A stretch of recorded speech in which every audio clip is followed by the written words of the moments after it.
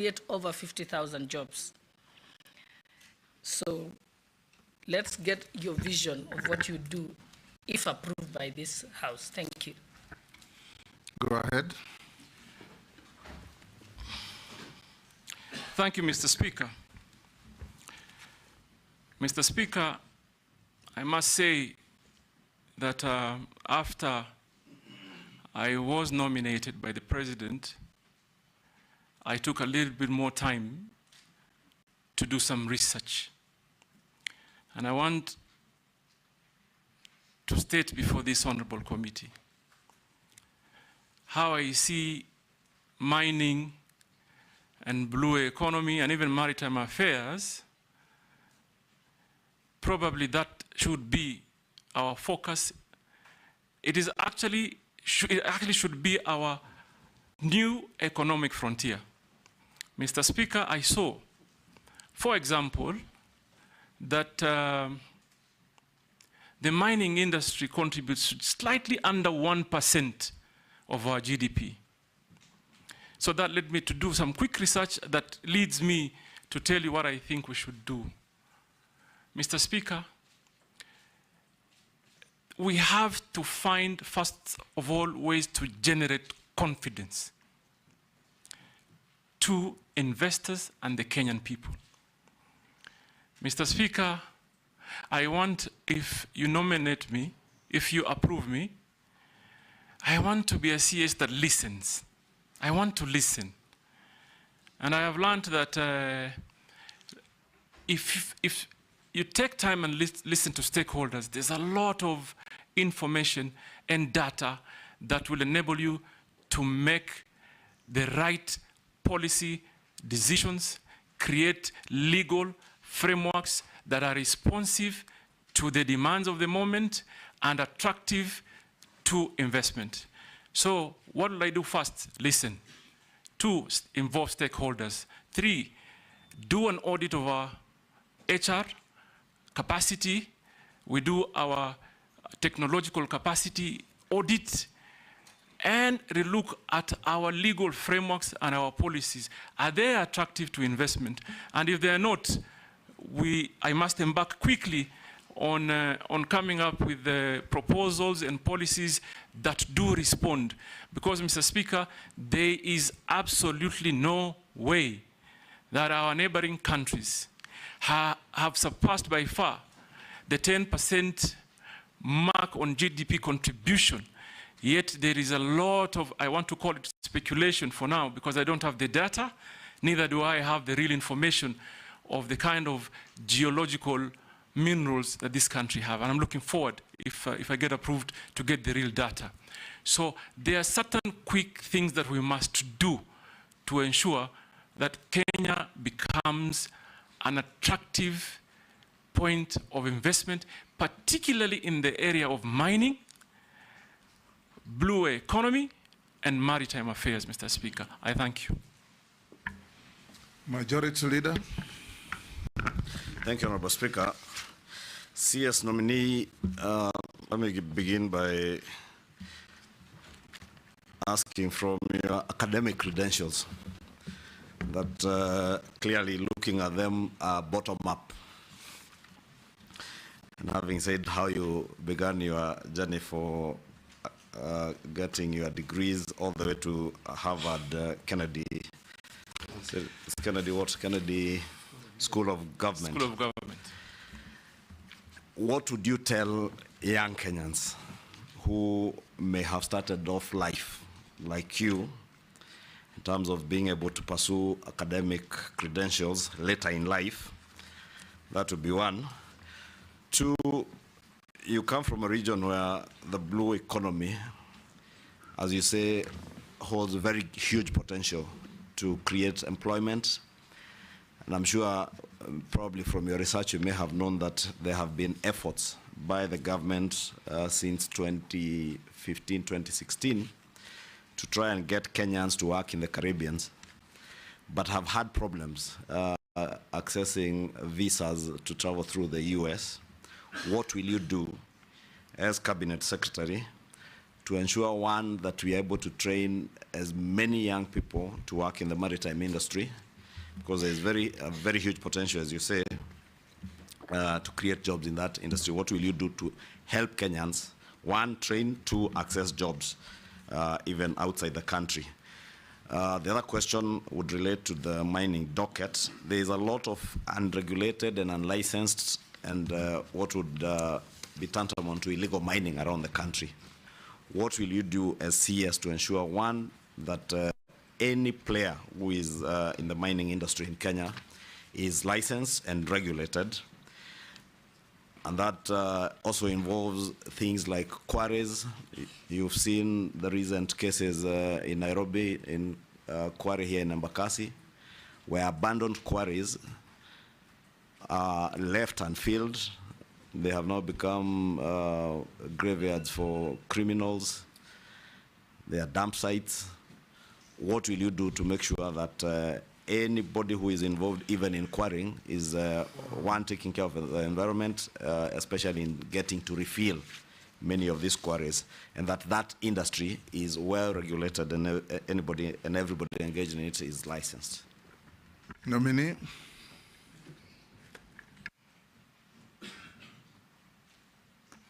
Mr. Speaker, I would have been completely surprised if I was not asked the question of education.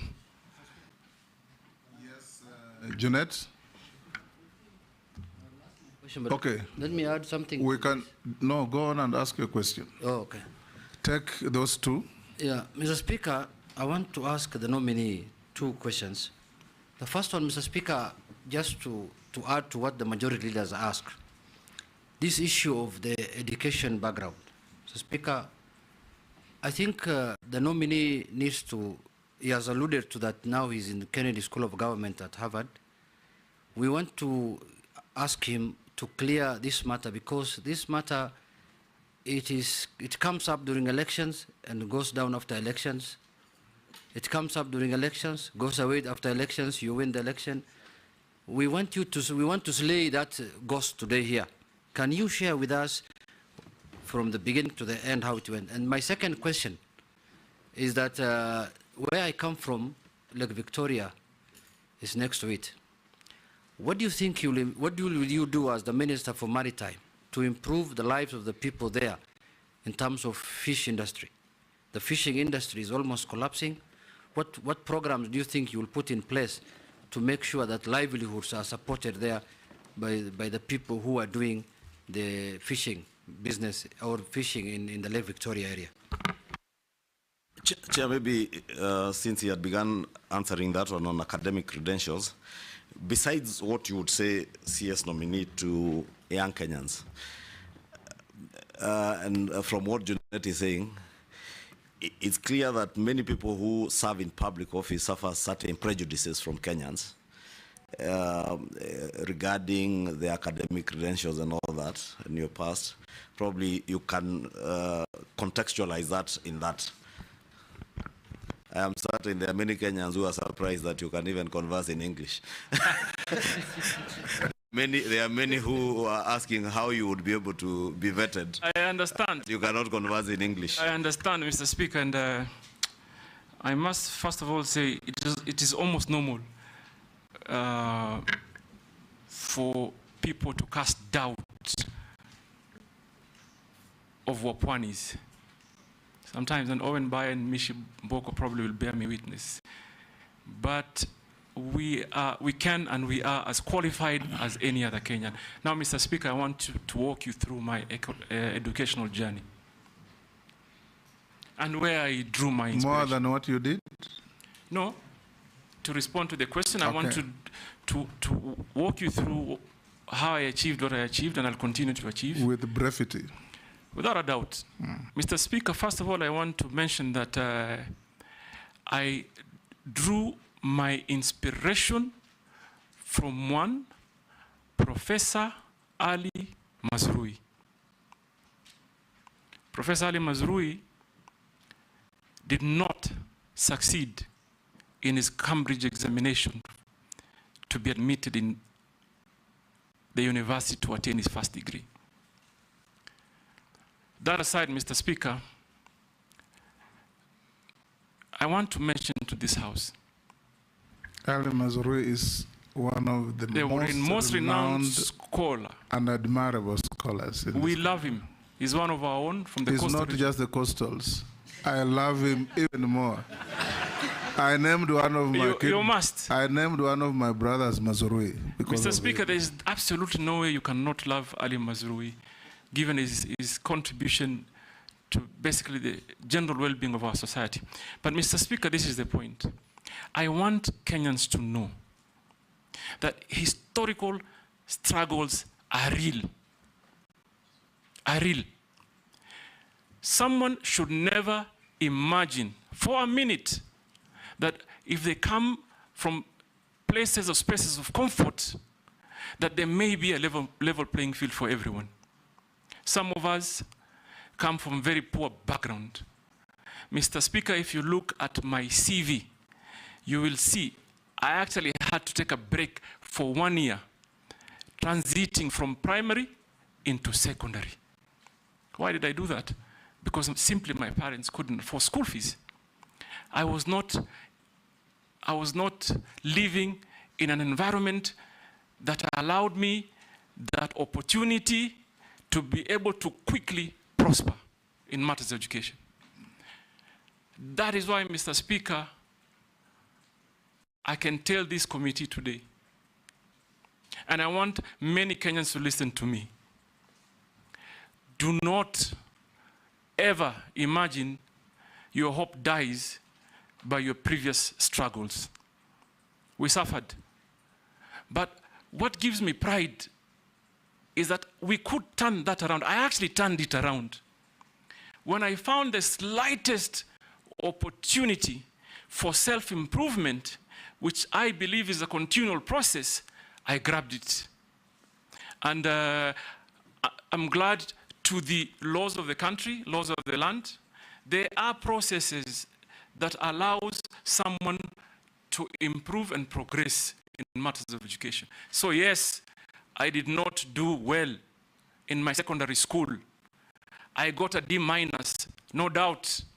But Mr. Speaker, I turned that around. Today, as I sit here, I hold 2 degrees that are before you. Mr. Speaker, I am on my pathway to attain a master's degree from the most prestigious university in the world. And that is achieved by determination. Mr. Speaker, I want to tell Junet, Honorable Junet, that first let me begin by telling Honorable Kimani Ichung'wah. Kimani Ichung'wah, I contributed to my own school fees in secondary school. I had an understanding at that time with my principal that he released me earlier than any other student because I needed to go work. And I did. And I contributed. At that point, what was my priority? To conclude KCSE. And I knew deep in my mind that I will always in my life have a chance to further pursue and acquire more knowledge. And like I said, I would have been very surprised if this question did not come up, because it comes up every time there's an opportunity for me to do something. Every time. It started when I was running for MP. It started when I was running for MP in 2007. Big conversation. And that time they even actually said that my nursery certification was fake, my kindergarten. But we succeeded. When I was running for governor, Mr. Speaker, and I'm saying this so that I hope we can bring this to a permanent closure. When I was running for governor in 2013, it also became one of the biggest campaign issues. I know there were even attempts to bribe some people in the institutions that I was with. Somebody once told me, someone came to me and told me, Bana, we've been told to suspend your degree, to purport we're undertaking some investigation, just to not to allow me to meet the required timeline to submit my papers. But we overcame that and moved on. Then, Mr. Speaker, you also will remember because it is a matter of public knowledge. The administration of President Uhuru Kenyatta, particularly the first term, had quite some issues with me. So again, there were those who felt that they may have an opportunity now to permanently remove me from the political equation by dealing with my education and credentials. So, Mr. Speaker, I report before this House, there is no government institution, be it Higher Learning Commission, DCI, EACC, even a judicial process, that has not investigated my credentials. And I commit before this House. In fact, they should be looking at this space. Probably if we succeed, if you nominate me, and we do well, the next, if I'm approved, the next vetting, you should see a PhD, Mr. Speaker. I'm telling you, watch this space.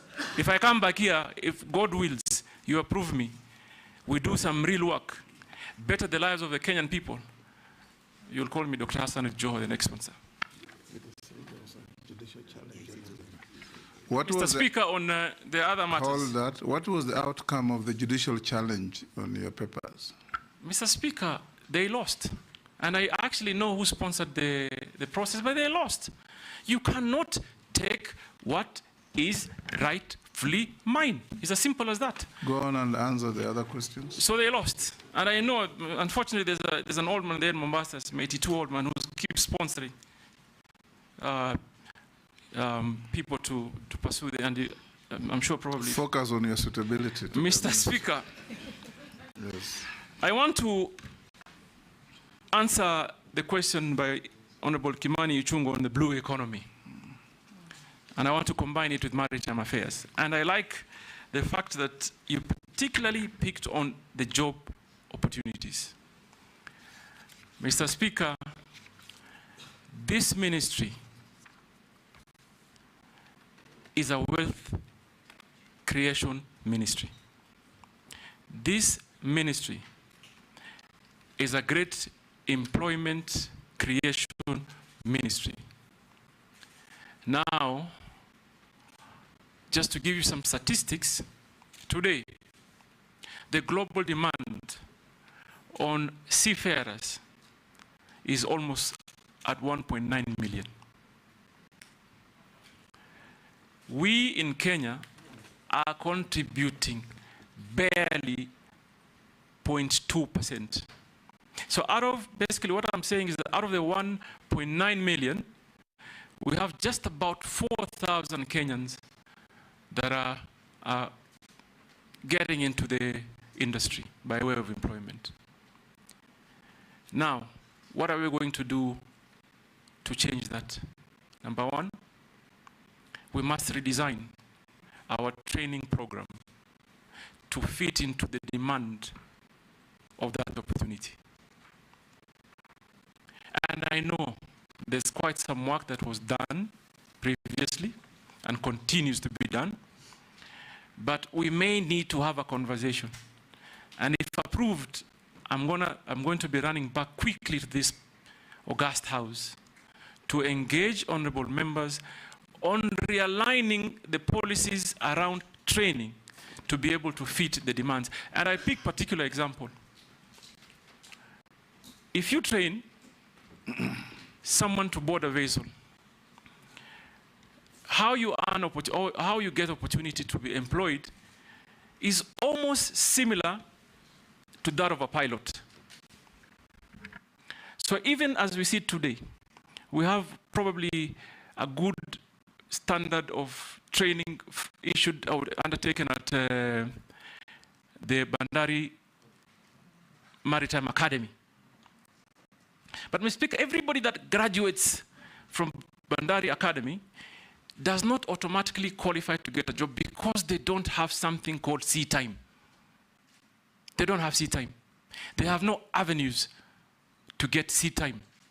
So that for me is a matter of urgent intervention to ensure we combine our training with sea time, even if it's just basic. Nobody will employ you if you have never been on board a sea. So that is one area of policy realignment that I'm going to have to engage this Honorable House. The other important area, Mr. Speaker, if you look at the statistics today, countries like Liberia are carrying 100 or plus more folds of their flag in vessels. We in Kenya, we're just about 5. From what I've heard from private sector, I've engaged the shipping industry, and I have been told, Mr. Speaker, the vessels that are carrying our flag are just about 5. What this therefore means is that our young people cannot get an opportunity because there is no level playing field. What do we need to do? To look at the policies. What is Liberia doing that is right that we can't do? What is it? Because we have so many vessels calling into our ships. What a local flag means, Your Excellency, is that the revenues generated, first of all, from the vessel will land in Kenya. Priority in terms of job opportunities will be for Kenyans, and opportunities to even design some internship program for attaining sea time. It is easier to take to Kenyan companies, and I'm going to do that. I think, Mr. Speaker, and I'm clear about it. Let me say I'm clear about it. If you approve my nomination, I will hit the ground running. It certainly shall not be business as usual. It will not, because I see. And by the way, Mr. Speaker, so that I give you the context on how and why it is urgent that we quickly realign policies that conform to the needs, it is because seafarer, by all standards, qualifies to be a prestigious job. There's no seafarer, at whatever cadre, there's nobody who earns less than $1,000. So, Mr. Speaker, I'll quickly run. The other question is on the fishing folk, and Mr. Junet, Honorable Junet, talked particularly on the lake areas, and I'm imagining he's looked at the demography well, because I was just looking at some statistics. And I looked lake areas from Muhuru Bay, you pass Siaya into Soiport, Seoport in Busia, and the numbers that are produced. Nothing justifies that our neighboring countries are processing more. Understood that they may have a lot of, the area might be wider, but they are processing 100-folds more, particularly for export. What do we need to do? And I've seen this problem, for example, in the fisher folk and artisan fishermen in the coastal region, from Kiunga to Lunga. And government has put some effort. Let me just acknowledge. Government so far has given boats and some storage facility. And they're building landing sites that are some complete and some yet to be complete. But that alone doesn't solve the issue. There is the issue of capacity building. These fisher folks, these artisan fishermen and women should be trained. Should be trained in how many fronts? One, processing, basic business skills,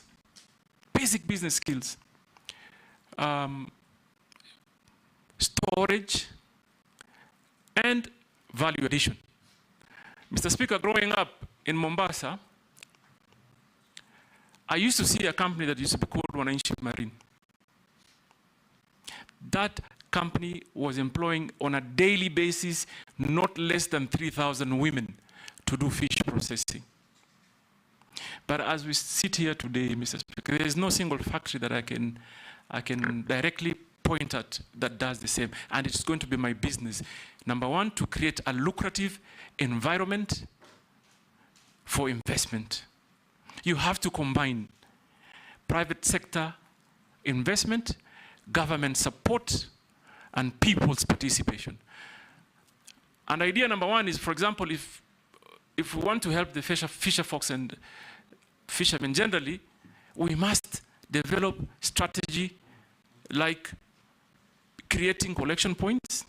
And I tell you, Honorable Kimani Ichung'wah, why I say that, because one boat goes out, comes with possibly 20 kilos, and they're likely to be possibly around maybe 100 boats of such capacity.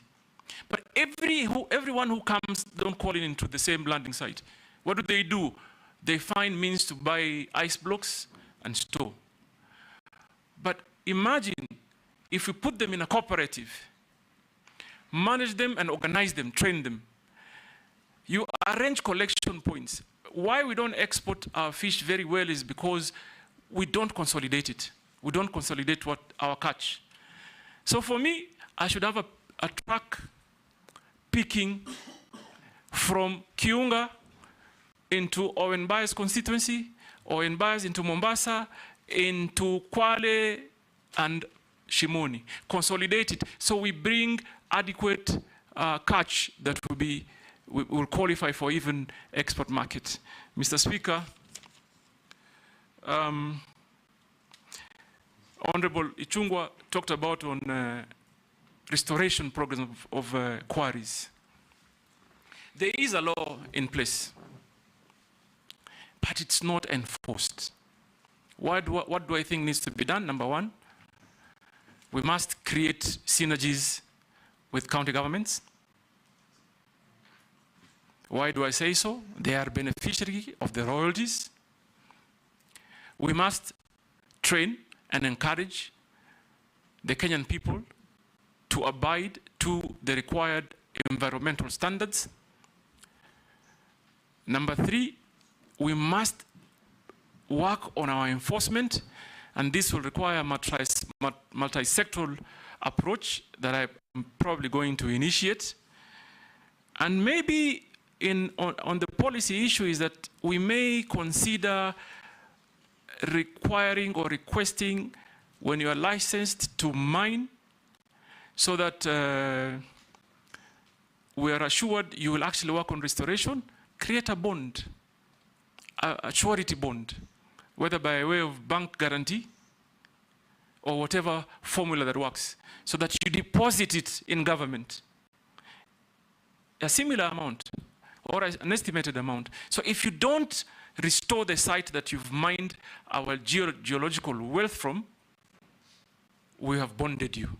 So you just don't walk scot-free.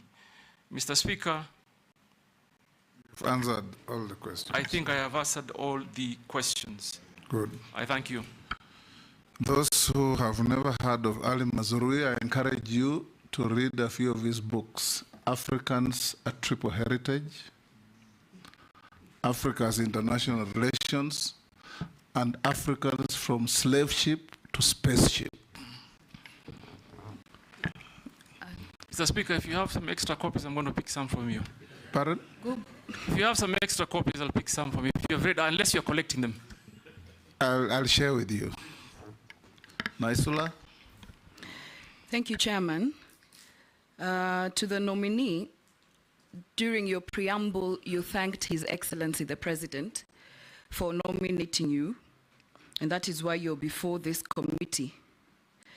You are in public having said, and I quote you, "I don't ever dream of engaging with Ruto. Mimi niongee na Ruto, niongee na Ruto nini?" I want to put it to you that if this committee nominates you and the National Assembly approves you, you'll be sitting in a cabinet where His Excellency the President will be chairing. I would like to know whether mutaongea nini kwa hiyo cabinet.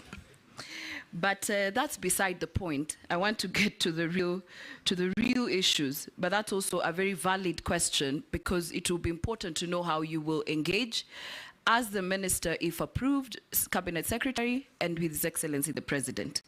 Now, there is tax exemption on exploration and accumulation of exploration expenses for offset against income upon full commercialization. What I would like to know is, do you think exemption should be tied to certain activities and for certain duration of time? There are people who are exploring in this country in perpetuity for 30, 40 years, just so that there is tax exempt. And I suspect they've actually explored and they've gotten the gemstones or whatever they're exploring, but because of the exempt, they continue to say they're exploring. To my last question, the Mining Act prohibits civil servants from dealing with minerals. According to Article 81 of the Mining Act, no person, whether civil or military, and serving in government is allowed to directly or indirectly acquire or hold any right or interest under any prospecting right. Despite this provision, high-ranking government officials, public officers, state officers, and civil servants are involved in mining. And I'm sure some of them have started looking for you since you were nominated. What mechanisms and plans will you put in place to ensure that revenues from gemstone mining do not end up in the pockets of cartels without disclosure? Actually, I thought cartels are only in agriculture, health. I've come to realize during this appointments committee, cartels are everywhere, including mining. And how do you intend to protect and shield communities from unscrupulous miners and cartels? Nelson Koech. Mine also was a quick one too, on the same gemstone. Late last year, the president had this launched, it's called a Voi Gemstone Value Addition Center. It is ill-equipped, nominee. I don't know what you will do to make sure that there is value for money, and the small-scale miners are also able to be able to sell their mines in Voi Additional Center, Gemstone Additional Center. Number two is the mining law sets up several mechanisms which Kenyans can enjoy direct benefits from minerals. That is, for every sale of mineral proportion of value of mineral is paid to the government as royalty, which is shared between national and county government and mining communities in the ratio of 70, 20 to 10, respectively. How then will you do differently to ensure the same is adhered to mining communities and county benefits? Nominee.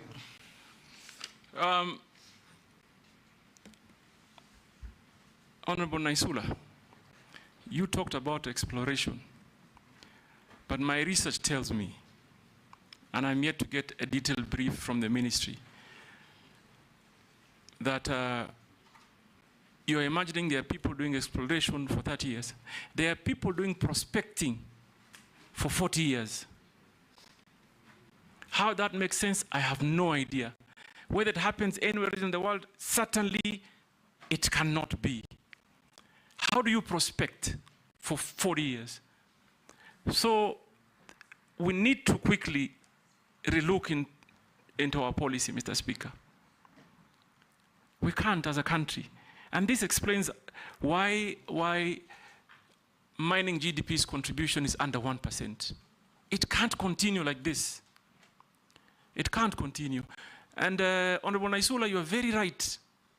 If you thought you saw cartels, I have come to learn within this short period of time that I've been nominated, there are greater cartels in the mining industry. And Mr. Speaker, if you approve me, that is where I begin. Remove the cartels, remove the brokers.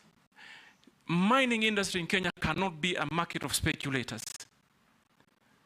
Mr. Speaker, I've also learned that before someone hits the ground, you'll find instances where a company has exchanged hands more than 10 times. Someone has gone, applied for a license, given a license, sold it to the speaker, then sold it to Naisula, then sold it to Owen, then sold it to some farm in Canada, that one sells to China. All that time that they're speculating and gaining profits, the Kenyan people are losing. They are losing.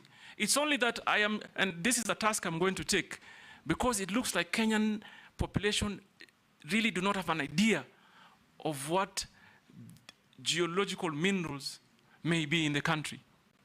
They must get involved, and I'll take it upon me to ensure they get involved. So I identify completely with your sentiments, Honorable Naisula, and this is an urgent matter that must be discussed and be realigned in a manner that works and defeats those cartels. Mr. Speaker, Honorable Naisula told me, nitaongea na. You don't have to answer that. Only fools don't change their mind. I was going to say it in Go Kiswahili. on and answer the other question. There's a question on communities. On I'm coming to that. Yes. Number one, I've already picked an issue on, for example, timely disbursement of royalties. Mr. Speaker, I was talking to some people from Taita Taveta County, some community, who told me they have not received their share of royalties on a certain mine for the last 7 years. That can't work. What we need to quickly do is to ensure we create systems that function. And number one priority is that the Kenyan people primarily should be priority in terms of receiving their royalties and benefits. Mr. Speaker, we also have to have a conversation. I am looking forward, for example, to quickly engage the counties. The counties, according to the current law, receive a good chunk of royalties. Maybe we may need to look at our legal framework on how we can also cushion the communities in the counties by ensuring that we maybe ring-fence some of the resources to development. Why do I say this, Mr. Speaker? You know very well. Geological minerals do get depleted. There are generations that will come many, many years after us, and this country must have something to show. We can't, it just can't be a story that Kenya had this and there's nothing to show. So, Mr. Speaker, I am going to engage and create working synergies with the counties and formulate, create a framework that is efficient in disbursing royalties. And also, if I go a step further, these communities must be organized. We must organize them. We must encourage them to get into cooperatives. We must encourage them in some instances. And I like that question because it gives me an opportunity to address something that we call back home as ancestral interests. Many of us, our populations, and it's not only in the coastal region, as squatters, Mr. Speaker. I saw that during the SGR. When they were constructing the SGR, Mr. Speaker, many people were compensated, but the title holders and the residents of certain areas were completely ignored. So there are certain regulations or laws that we must, and I'd be happy to come and engage the community to see how we can improve on them. Mr. Speaker, on Honorable Koech, I haven't seen the Gemstone Center at Voi, but I'm looking forward to see it. But what I think the mining industry needs to do is to focus on private sector investment. Government should not be in the business of competing with its citizens. So there has to be concerted effort and specific focus to encourage private sector investment. Why do I say so, Honorable Koech? Because they will meet the global standards. I am not sure whether the Jameson Center in Voi is properly equipped to test and process what they get. That is an urgent business for me. And I'm going to look into it as soon as I have an opportunity of possibly if this honorable committee approves me. So that we even are able to test, identify what minerals should be allowed for export, what should be kept home for value addition, and what should be put in the market and what values. And I have seen it. I have seen people from Voi coming into Mombasa with a small packet of many, many gemstones and almost sell them at wholesale price. Someone else picks them up, some foreigner will pick it up, go to Hong Kong, go to Thailand, and make double or triple the money that, that Kenyan ordinary man would. So I will look into that as a matter of urgency, Honorable Koichi, and I'm hoping that I see the passion. We'll work together. Posing, then Gikaria, then Emase. In that order. Take those three. Thank you, Honorable Speaker. Honorable Joe, I hear you talk about policies and systems. Should you get the favor of the House, my proposal will be concentrated on the actions. If you live in these policies and systems, you will leave that office with systems and policies, having not even approved. So that's my advice. But my question is, the governors who have been ministers, Honorable Joe, have not gotten a good rating from where I sit. They have been accused of being desk ministers, governors, former governors. I don't know whether they got a lot of comfort when they were governors or they became two bosses when they were governors, and therefore they are not actually seen in the field. What will you convince this committee to believe in you? And particularly, I think I like the word you said, that what we lack is confidence. I think it's true, because I come from a mineral county, which is West Pokot. Confidence of investors coming to invest, and also confidence of the people accepting investors. What will you convince this committee, Honorable Joho, that you will be in these mineral counties in building confidence, and for both sides, the investors and, or you will go to Mombasa, because now blue economy in Mombasa, will you be also be in mineral counties to build confidence? Thank you, Speaker. Can I? Three. Thank you. Just record and answer them quickly in the order they came. Gikaria, go ahead. Thank you, Chairman. Switch off your mic. Thank you. Thank you, Chairman. I think the exploration is something that the nominee has said he's going to look into, and I'm saying this in relation to the corporation, the National Mining Corporation, which is a corporation of government, which is in exploration and does nothing other than just getting salaries and doing nothing in exploration. As we look at, I was trying to look at the law as to whether we have timelines for exploration. I remember in the Energy Act, we have 2 years for exploration. After that, your license expires. The other bit that also needs, you need to look at is the Mineral Rights Board, the licensing board that gives, there is a lot of bureaucracy in terms of giving licenses on time. It's like they don't have a service charter for, if you apply today, by what time should you be able to get your license. But the most important thing is, let me talk about the artisanal miners.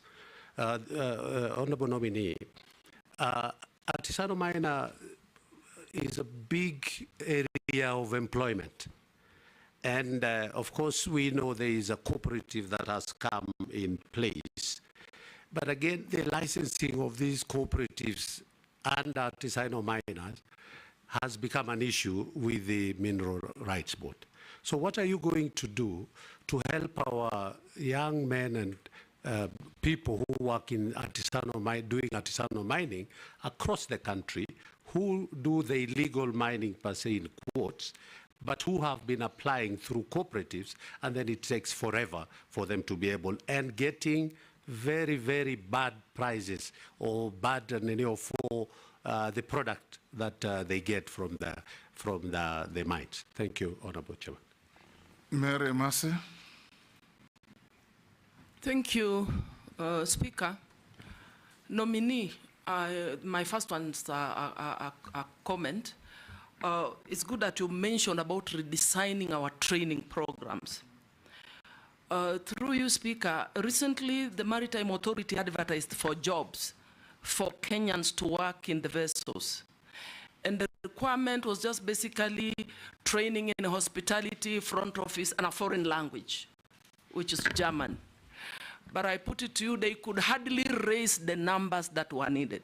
So seriously, it is an area of concern because we are losing out on opportunities as Kenyans, yet we're talking about unemployment.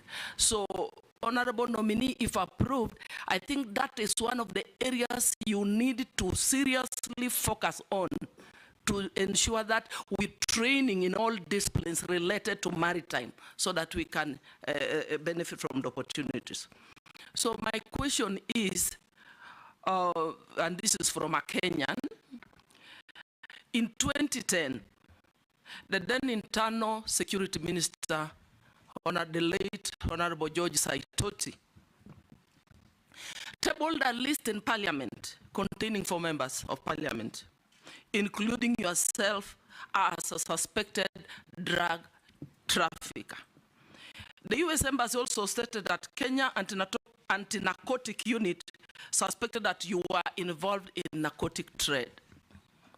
Are you aware of these grave allegations and the effects of drug addiction in our nation? If so, kindly shed some light on that. Thank you. Answer those 3. Honorable Kosing, my record speaks for itself. I was not in any way a desk governor. I am a ground person. I am a ground person. That is why I left Mombasa County with the best cardiac center in the country and possibly in the continent. I left Mombasa County with state-of-the-art cancer treatment center. I left the county with a lot of social development programs that are on record.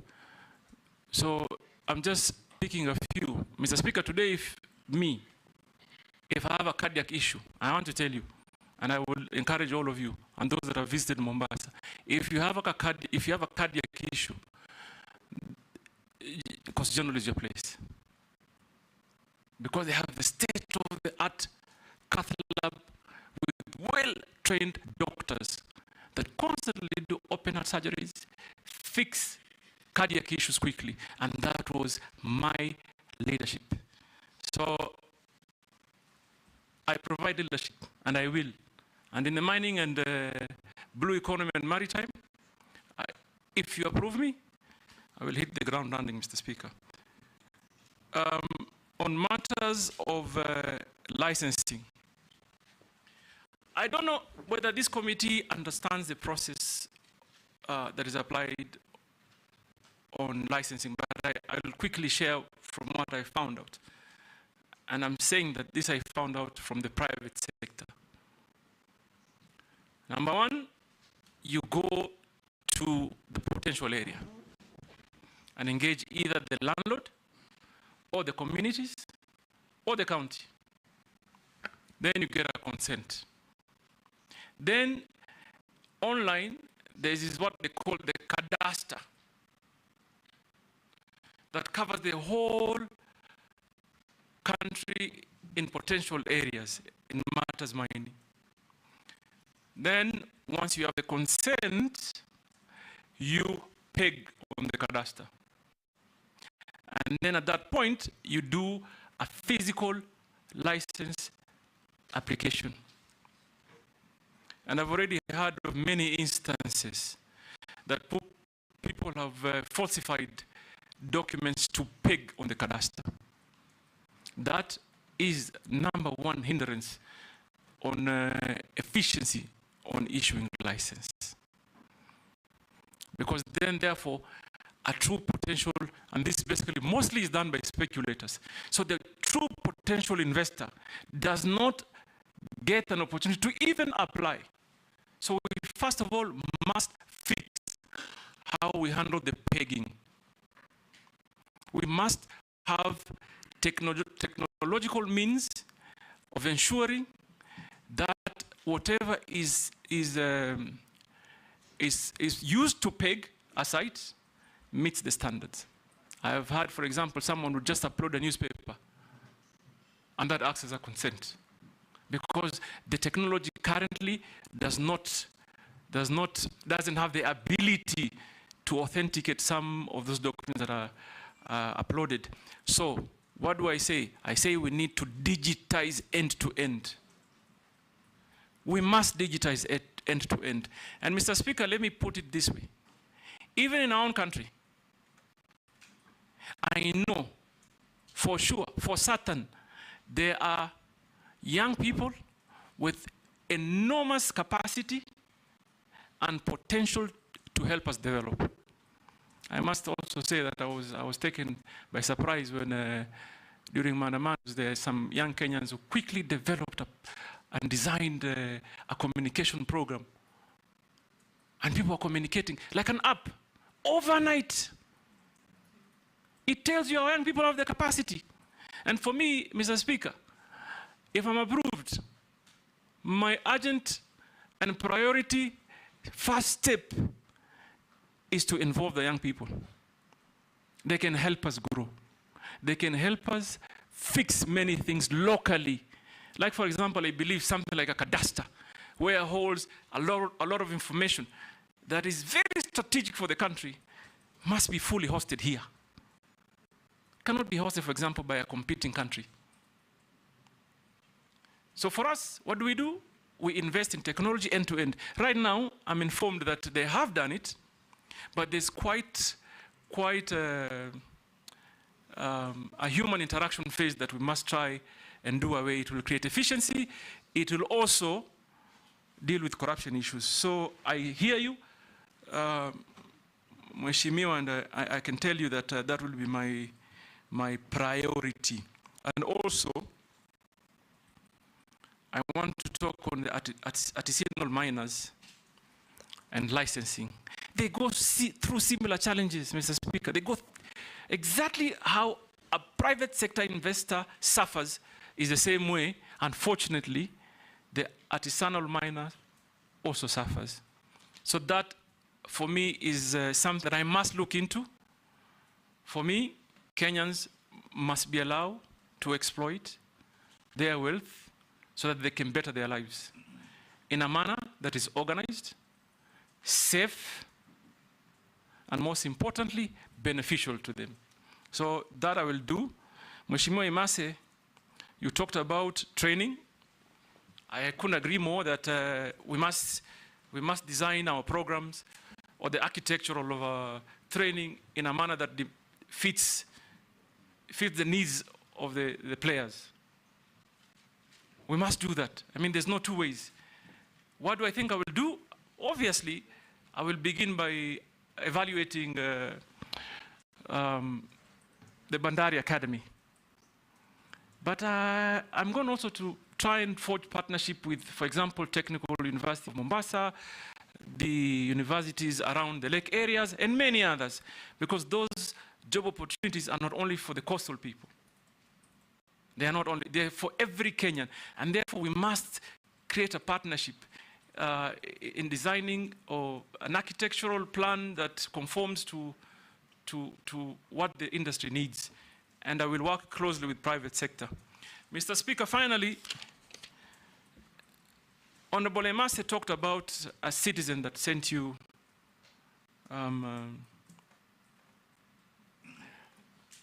SMS. A question on SMS. On the drug baron issue. You know, the irony for me is that when you want to pick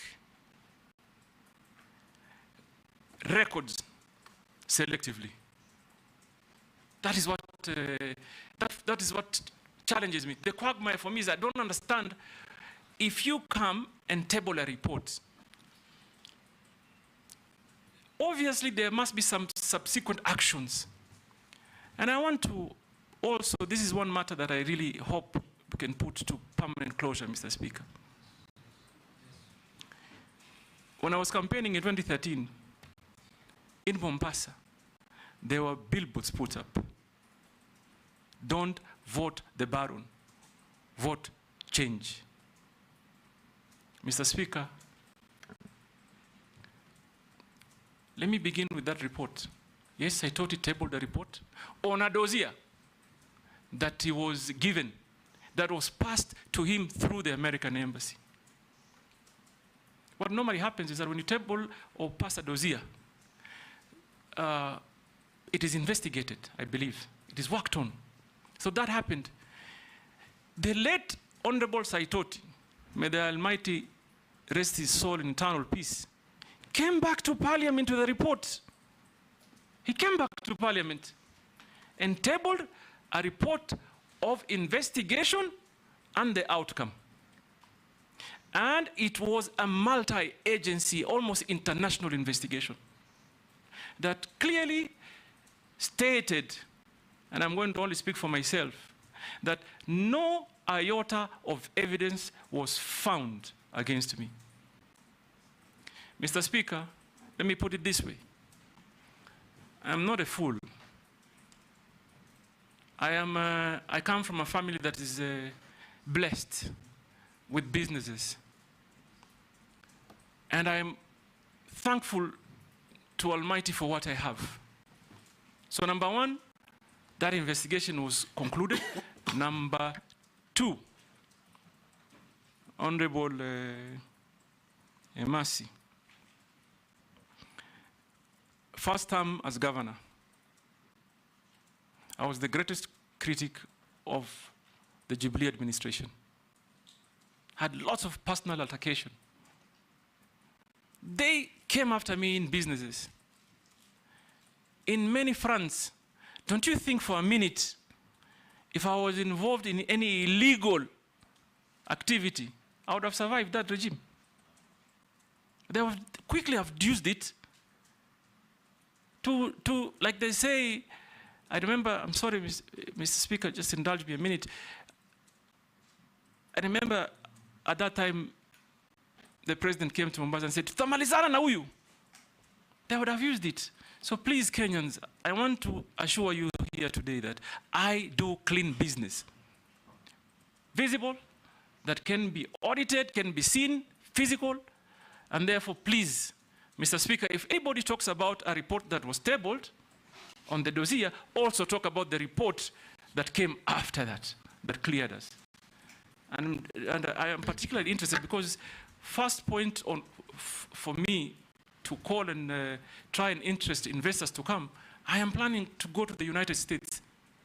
They are known for big investments in mining, and it is my plan to go and engage them, interest companies from the United States. The same Americans gave you a visa to accompany me as foreign minister to the US. Exactly, Mr. Speaker, just after that. In fact, just after the day I went. Immediately after that. And I've been to America many times, and I intend to continue to go to America, because America really, Mr. Speaker, I think we're going to be looking that way to get investors to come and invest, particularly in the areas of mining.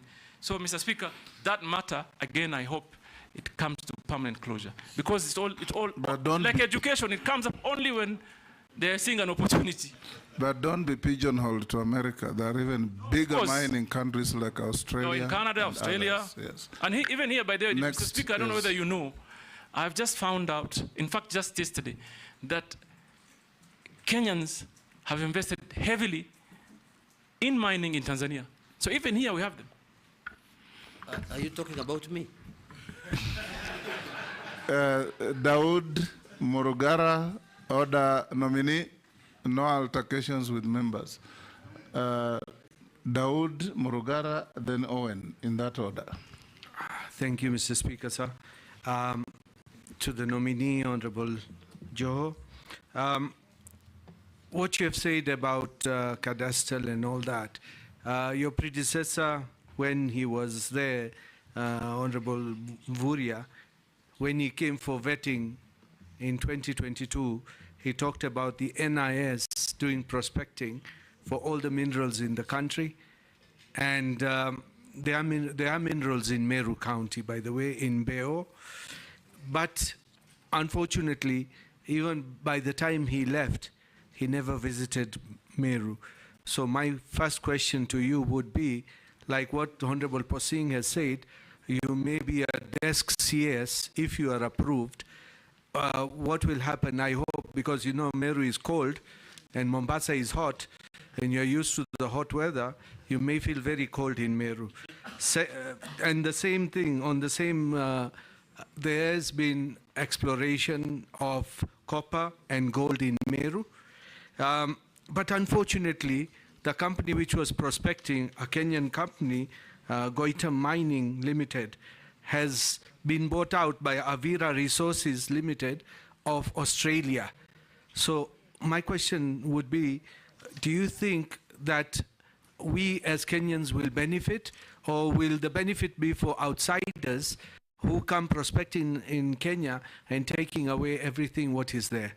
The second question, because that was one question, Mr. Speaker, there is a question from one of our viewers, and he says, the Auditor General, that is now for the time you were as a governor in Mombasa, that there is an Auditor General report about garbage, a 1 billion shilling garbage tender, which was given to some of your relatives in Mombasa.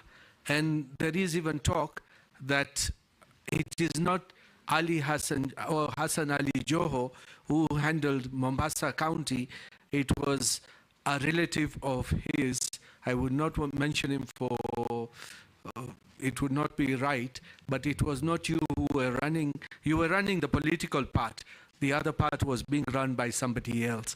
Can you confirm or deny? Thank you. Thank you, Mr. Speaker. Nominating, make a distinction between Meru and Tharaka Nithi. He's been talking about Meru. If I'm to say anything, it will be on Tharaka Nithi. The two are separate and distinct. You are actually vetting the nominee on behalf of the people of Kenya. No. Not your constituencies, not your counties. Mr. Speaker, sir, we have questions to ask. Ask and the question, we have to draw that but avoid the temptation to appear that you are vetting nominees on behalf of your constituencies or your counties. I agree, Mr. Speaker, but Mr. Speaker, some questions are relevant. We have to draw. Sir, I'm not curtailing you at all. Go on and ask. Thank you very much for the distinction. Nominee, you began when you were responding to a question by stating that what it is that Liberia gets right and we get it wrong.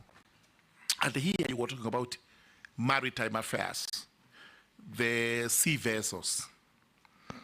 And I don't know whether you know the historical background, why Liberia is actually the largest flag carrier in respect of ships. And that also goes with, it has the highest number of shipwrecks in the high seas, purely because most of those ships are condemned in their countries, and this is the reason why they find solace in going to Liberia to get national flag. So I do not know whether you wish Kenya also to take that route and emulate that. You respond. Number two, a question from a viewer who wants to know really whether the nominee is familiar with the minerals found in the country and where those minerals are to be found, including my own county, Tharaka Nithi, and my constituency, Tharaka. Then the third one is on fisheries.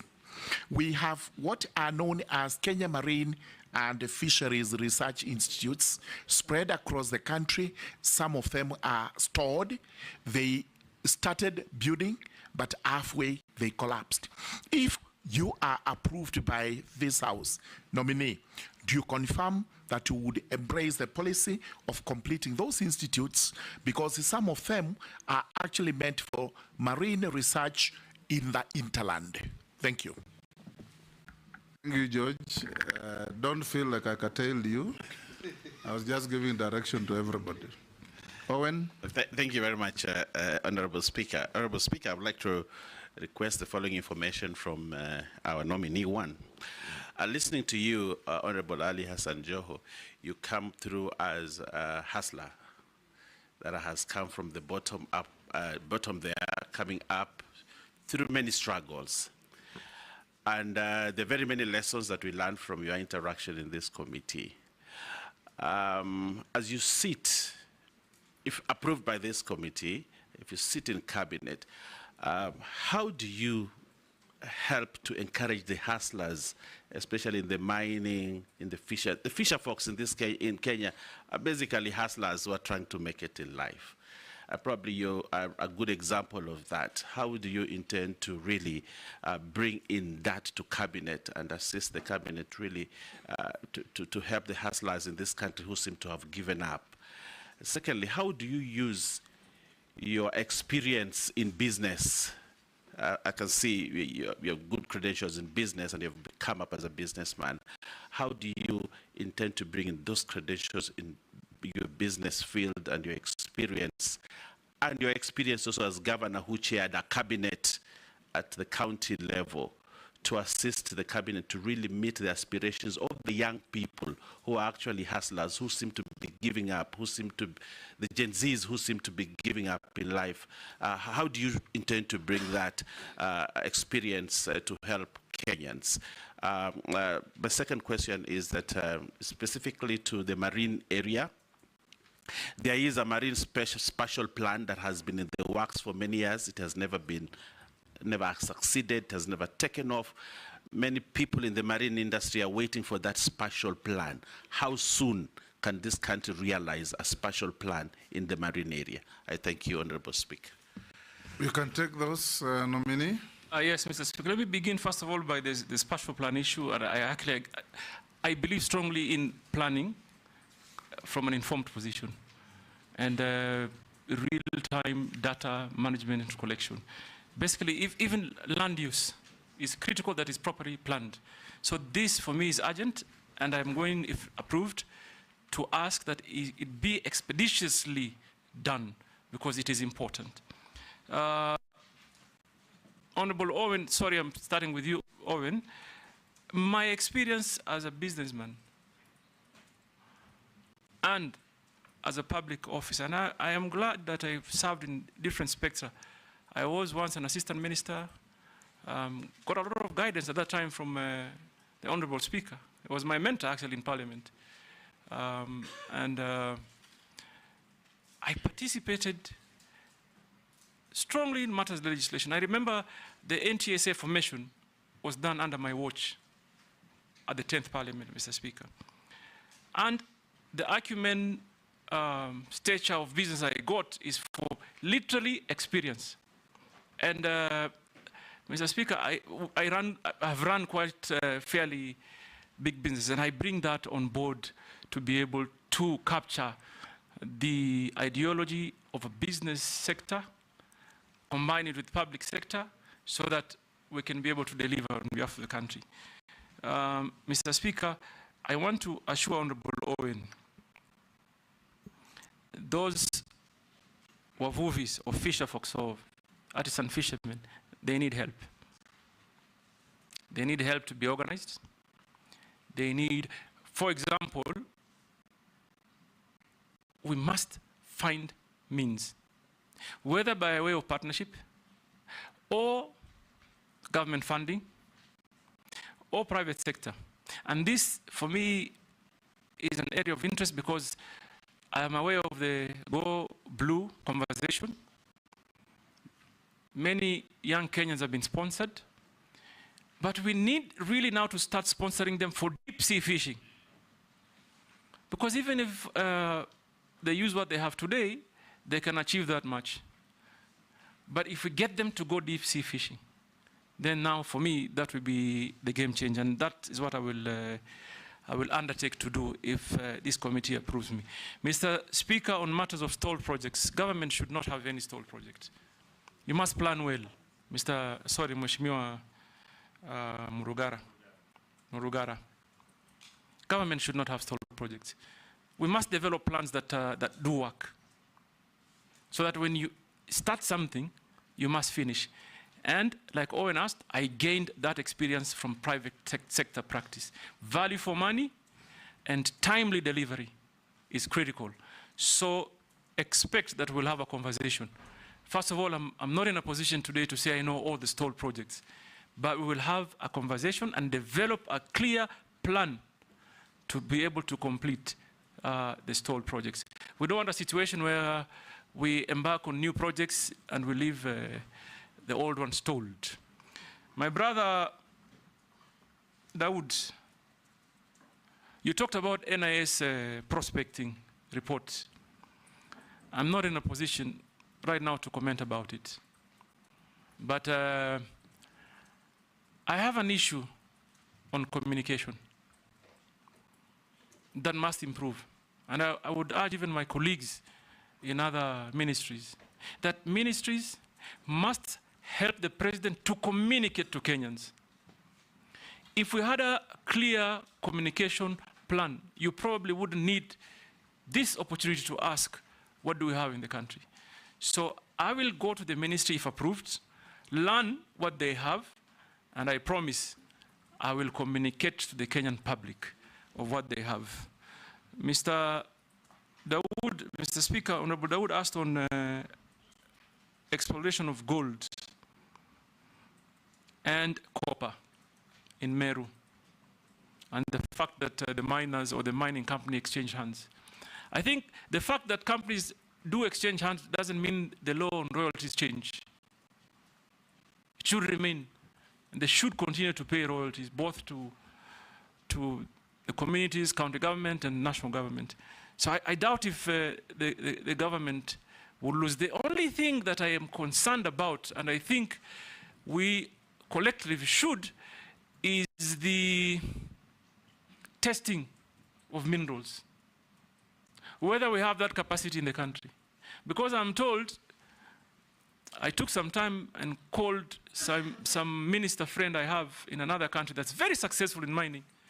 I'm told in instances where you mine copper, you are very likely to get good deposits of gold. But what the miners do is that they only report copper. So therefore, we urgently need to enhance our testing capacity and ground truthing. And I will happily visit you in Meru, in Tharaka, in Migori. I'll go to Suna, I'll go to Kikuyu, I'll go to Turkana. Turkana has the potential of exporting large quantity of what they call mango tilapia. Huge market for mango tilapia in DRC. I have to go there and see how we can improve on that. I will go to Busia for gold and value addition. I'll go to Kakamega and the larger Western. Everywhere where there's potential for minerals, I will go to ensure, first of all, we involve the communities, we work with the counties, we secure the communities, we engage on matters of environmental impact. So I will be visiting every part of this country, Mr. Dawood, including Tharaka and Meru. And Pokot. And Kosin is a fairly blessed man. I hope he'll host everywhere. And everywhere. Yes. But I want Kosin to undertake that he'll host me when I go there. So prepare some sumptuous cuisine. On the 1 billion tender, I saw it. Mr. Speaker, let me confirm. This is a matter that was audited, dealt with, investigated by the anti-corruption and the DC and everybody, and it was concluded. First and foremost, it has never been 1 billion. The contract, yes, it was a tender advertised. Someone won the bid, not from my family. My family is in the logistics business. They're extremely busy. In fact, sometimes I even struggle to encourage them to help me with social programs under our foundation. They are too busy. They have no time to do government business. And by the way, Mr. Speaker, just to put to the record, my family does not do business with any government entity. We are in logistic business in Tanzania, in Uganda, in South Sudan, in Dubai, and here in Kenya. So please be assured, my family is not in any way involved in that tender. And the actual amount that was being investigated, Mr. Speaker, was just about 200 million, paid to the company that won the bid over a period of 3 years. The way it is portrayed is like I went to to the county coffers with a check of 1 billion and gave to my cousin. That is not the case. It was a tender, advertised, someone applied. It's only that I cannot mention the name of the guy who won the tender. But even him, he did bid in that tender for just helping us to achieve certain environmental standards. He was already a big billionaire. So he's such a setup just where, and he outbid everybody. So in the period of 3 years, Mr. Dawoodi paid 290 million. And it was investigated and concluded. We also received some memorandum on that. You've answered all the three. Now let's go to Robert Mbui. Mr. Speaker, I haven't answered the issue on Liberia. Okay. And it is very important. Okay.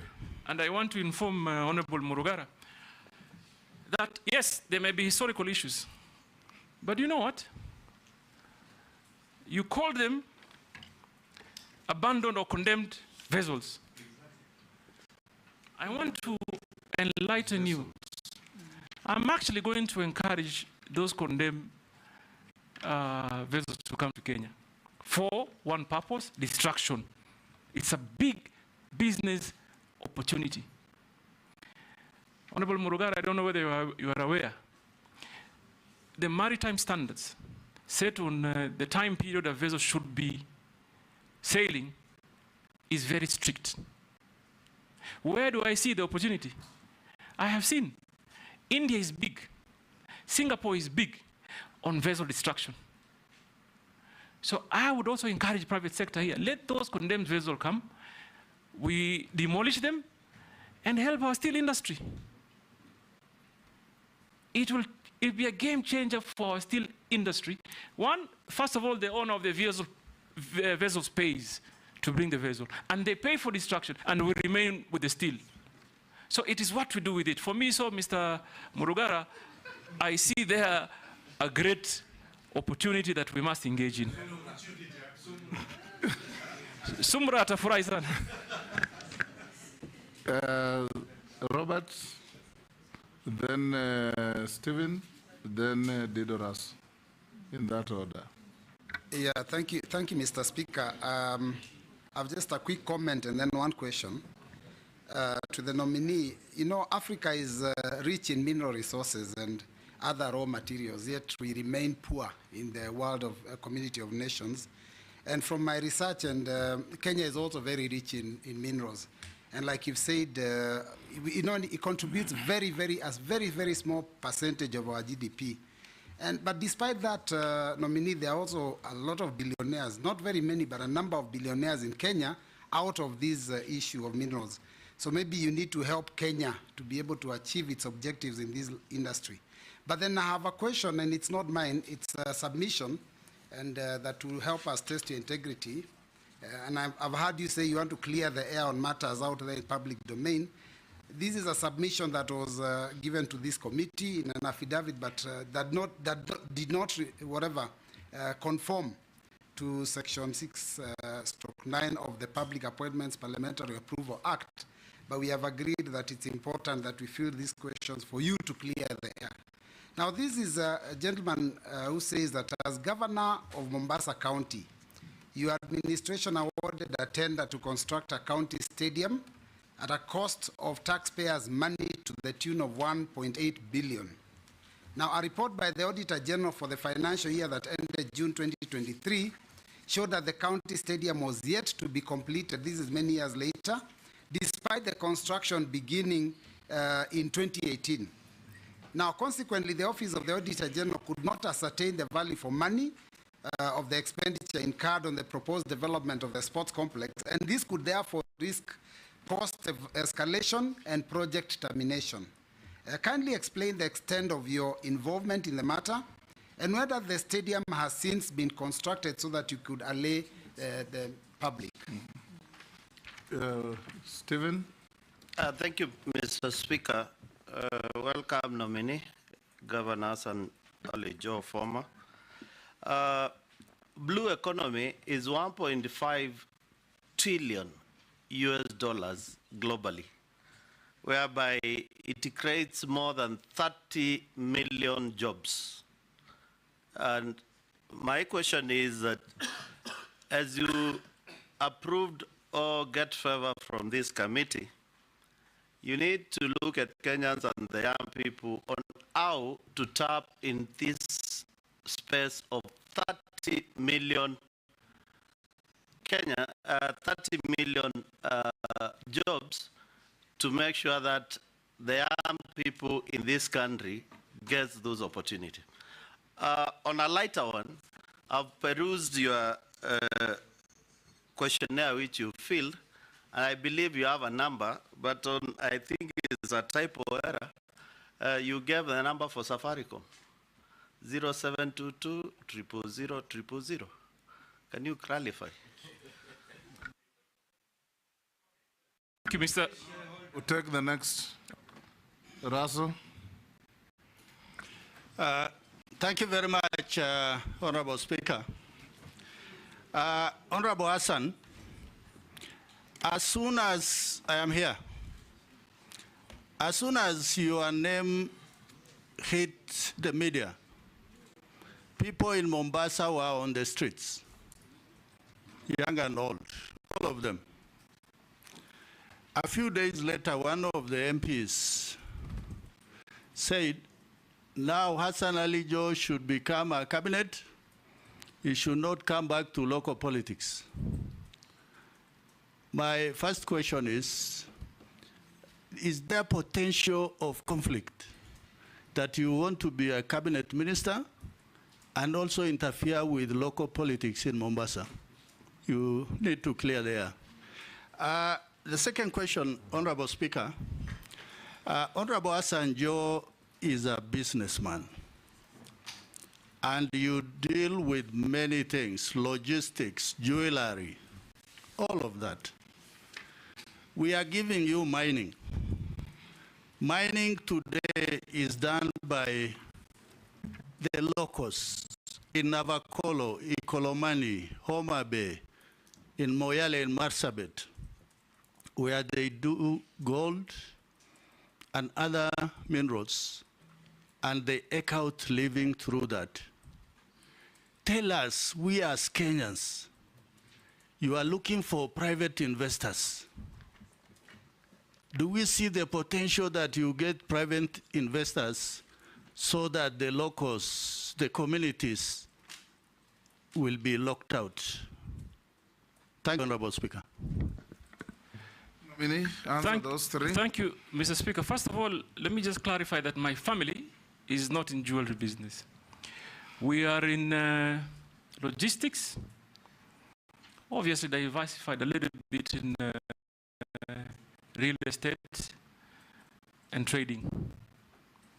Let me ascertain that we are in this industry that is called service industry. We don't work with government. We've never worked, my family has never worked with government. We don't do business with government. We have a straightforward business, and I assure you that we will not do business with government. We have enough already, as it were, to deal with. On the question of the comments by the Honorable MP, no, in Mombasa, on the same one, on the comments. I want to tell you, I now serve the nation. And in fact, I will make efforts to even unite those that are in Mombasa. I must help the president unite the country. And therefore, I must rise above local, divisive conversations. Every Kenyan must be served equally across board. So if there's anything I'm going to do, is to actually endeavor to unite Kenyans and even leaders even more.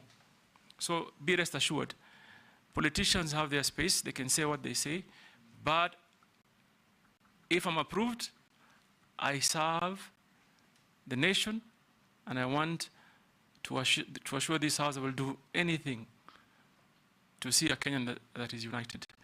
Mr. Speaker, on my telephone number, let's begin there. I wonder the kind of quotes that I'm going to get today. but you missed out on a digit, so I'll tell you later. Because I can be salimiwad. But yes, it has those many zeros. I may have gotten some shares maybe from on a light note, Mr. Speaker. So I want to also say that I agree with the Honorable Stephen on the space in the blue economy. And Mr. Speaker, if there's one thing that this country needs to focus on, is mining and blue economy. I believe if we take the right strategy, we deploy the right strategy, we can even remove ourselves from the hole of debt using our own resources. We can. We can. And we should. And therefore, I'll make it my business to ensure systems that work are deployed, processes that are efficient are used, so that we also can help this country move from the burden it is in today. And I believe strongly that this ministry is a ministry of wealth creation and employment opportunity. And that will be my focus if you approve me. Mr. Speaker, someone touched, Honorable Roberts, you touched on Mombasa Stadium and the GDP contribution. By the way, from what I read, when I was doing my research, I saw that Kenya was reporting 1% contribution to the GDP. But that included Base Titanium, which was actually the largest mining company in Kenya, which closed shop and left. So even if you remove now what Base Titanium used to contribute, we could be even lower to maybe 0.5%. And there, we quickly need to start moving so that we embark on getting real investment and in real time. Finally, Mr. Speaker, is the stadium. I saw that, affidavit. Now let me tell you what Mombasa was planning to do at that time. The idea of building a stadium was conceptualized around 2019 towards the end. We designed, we wanted to build a world-class stadium. Designed, put it up for tender. The tender was won by a Turkish company in partnership with a local company. So the stadium that we had wanted to build in Mombasa was a modern stadium that was built mostly by steel. And that is why physically you may not see the work done when you go to the ground. But I want to assure this House, and this has been a matter of investigation. It has been investigated by the Public Works. Even that Auditor General report, when it went to the Senate, it was cleared. It was not investigated by the Ministry of Sports, that all the earthworks have been completed. So what was remaining is to bring the steel bit of the stadium and just install, which I was made aware that 70% thereabout of it had been completed in Turkey. And it was just not a basic stadium. In there was multi-purpose hall, amphitheater, Olympic-sized swimming pool, and the rest of the facilities. Now, where we faced the challenge, 2019, we awarded a contract.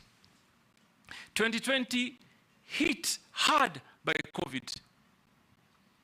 And obviously, as a leader, like many of you did, is to first of all find means and ways to cushion your people. Mombasa, at that time, announces 50% waivers on all levies because of COVID. So, a sudden drop, significant drop of our local revenue. Then, subsequently, the Revenue Allocation Commission re-engages on a new formula that made Mombasa lose 2 billion shillings. 2 billion shillings. We moved from an allocation of 8 billion to 6 billion. So that completely ruined every single plan we had to complete even that. I even remember I placed a call at that time to the president and informed him that we have awarded a contract that is 1.7 billion. COVID has forced us to waive levies to cushion Kenyans. Our allocation is lost by 2 billion. How are we going to pay for this stadium? And I invited at that time the national government, please come on board and help us to complete this. Because it's already, as I speak today, I'm aware it's already completely done in Turkey. If we have resources, we pay and they come, they install. If they come within 2 months, you have a stadium up and running because all the earthworks are completely done. So I assure you, first of all, it's not 1 billion that has been paid. What has been paid for earthworks and part of the steel, and also 30% of the steel is already in Mombasa. If you visited the stadium today, you will see they've already put up one side of the stadium as a sample. So, first of all, amount spent, no, not 1 billion, just about 400 million. Earthworks are done, 30% of the steel is in Mombasa, 70 is in Turkey, and I hope, and I want to encourage even my current governor to engage. And I know he's doing it. He's talking to national government because they're still struggling with the resources. So that allegation, be rest assured, tender was done above board, money, value for money for certain, investigation completed, no issues at all was raised by the relevant institutions. So, what was the question, Mr. Speaker? The question was, by bringing in mega international investors, are you going to disenfranchise the local artisan miners? No, this is what I think should happen. Obviously, for us to make meaning of what we exploit, we must encourage international investors. But I also appreciate that if Kenyan people or companies do invest, they have a greater advantage because all the dollars that are paid now will land where? Here. And for me, there's two fronts. One, artisanal miners can be organized. And by the way, we should even look at the law if we can encourage that if you are licensing a big company, for example, to mine copper, say in Busia County, we can, in the same spirit, organize local people. If we're allocating 10 acres, why can't we hire, for example, 2 acres, train local artisanal miners, equip them to make sure they are safe, because safety is a great issue, so that they can also participate in the building of the nation.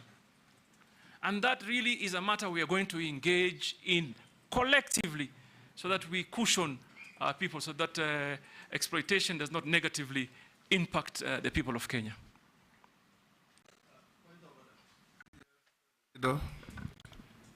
Thank you, Honorable Speaker.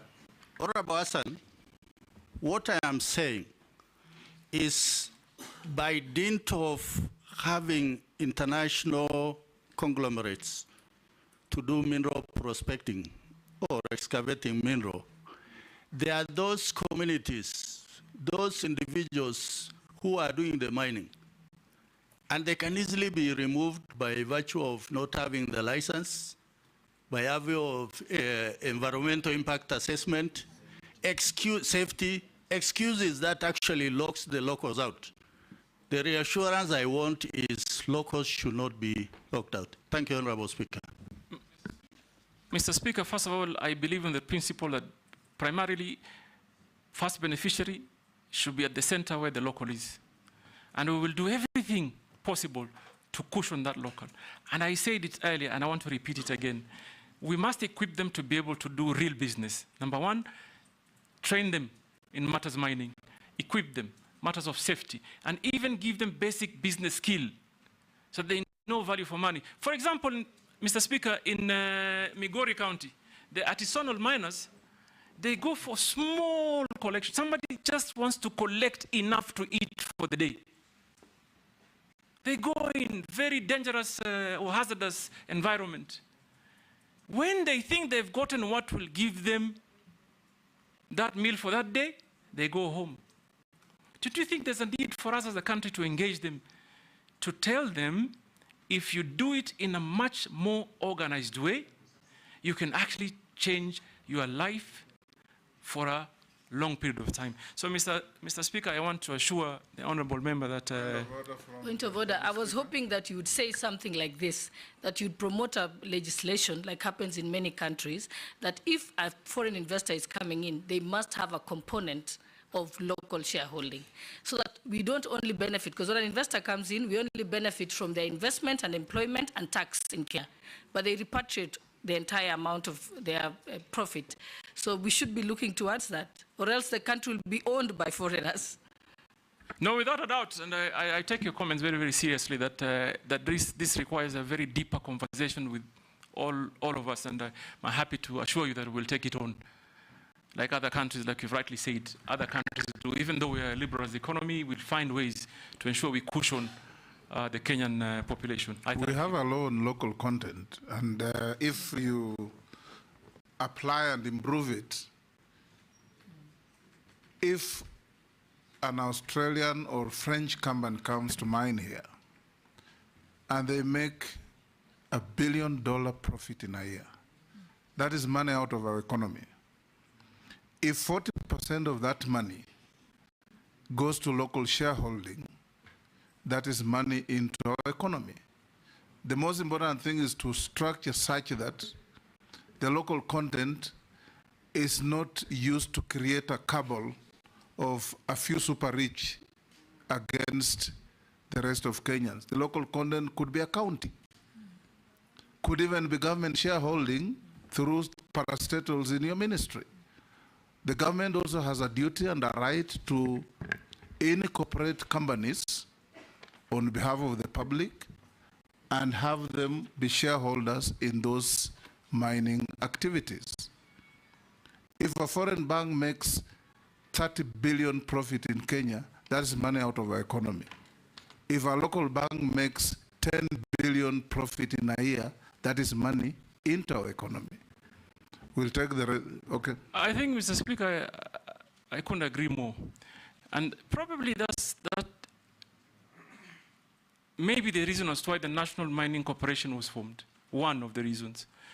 And because National Mining Corporation is not fully functional today. And Madam Boss, this, first of all, will be the first area of potential. Get them to partner with other investors so that they can achieve that local content. And I will strongly propagate that it happens. Thank you. In fact, before I call Sharia, at independence nominee, the government had ICDC that was a shareholder for the government and the people of Kenya virtually in each and every international investment that came in, be it Coca-Cola, whichever you name it. And they were holding this on behalf of the people of Kenya and generating wealth for the people of Kenya. Now we'll take the last four in a row: Honorable Sharia, Honorable Mishi, Honorable Mukami, and Honorable Caleb Amisi, in that order. Thank you, Mr. Speaker. Mheshimiwa Joho, there are numerous abandoned mines and quarries across the country that are a danger to the people. What measures will you implement to ensure the safety and rehabilitation of these sites? I thank you, Honorable Speaker. Shimbogo. Thank you, Honorable Speaker. Honorable Speaker, just to note that the nominee today used to be my governor for 2 terms in Mombasa County, but today I'm here as a member of the Committee of Appointments, and I'm being governed by the rules and procedure of vetting. My first question to the nominee, although the nominee has talked about training, but I want to pick one particular component on training on the seafarer or regarding maritime studies. This is what is abbreviated as STCW, meaning Standard of Training and Certification of Watchkeeping. Most of our seafarers, they're educated, they have the qualification, but they don't have the certificate for STCW. And that is why most of them, when they want to acquire jobs to the vessels, it becomes an impediment. I know the ministry has reduced the payment for such training, and now it's at around 15,000 Kenya shillings. But still, most of our formative groups, and those who are vulnerable, those from the minority, the marginalized, the youth and the women, they still can't afford to pay that money for that training. And yet His Excellency has really been talking about working on ensuring that we create employment, because unemployment is a threat now to this country. I'm asking the nominee, what will be your immediate and short-term intervention to ensure that at least we cushion these affirmative or rather vulnerable groups, that they can acquire this certificate or STCW so that they can be employed in the vessels, the fish vessels, tourist vessel, so that they can earn some employment and assist their families. My second question, Honorable Chair, I'm going to do it in a Kiswahili language. Mheshimiwa nominee wetu wa leo, mara nyingi au mara kadhaa katika taifa letu la Kenya ama serikali yetu ya Kenya kumekuwa na miradi ambayo inahusu kuchimbwa zaidi kwa bahari. Ile Kiingereza tunaita dredging. Kwa mfano kama mradi wa Lapset, kulifanyika mambo ya dredging, hivyo basi kuathiri wavuvi wetu katika sehemu ile. Katika sehemu ya Dongo Kundu Special Economic Zone, ambapo kutajengwa port itakayoitwa Dongo Kundu Port. Pia kuna mambo ya dredging ambayo yamefanyika ama uchimbwaji zaidi wa bahari. Katika harakati hizi tunapata wavuvi wetu wanaathirika, haswa kwanza ikiwa uvuvi ndio kitega uchumi chao cha kuhakimu katika maisha yao. Na ile fidia ambayo wanapewa huwa ni fidia duni, na wengi pia hiyo fidia pia hawaipati. Na hata sasa kuna kesi ambazo zinaendelea za wavuvi kulilia serikali juu ya fidia kama hizi.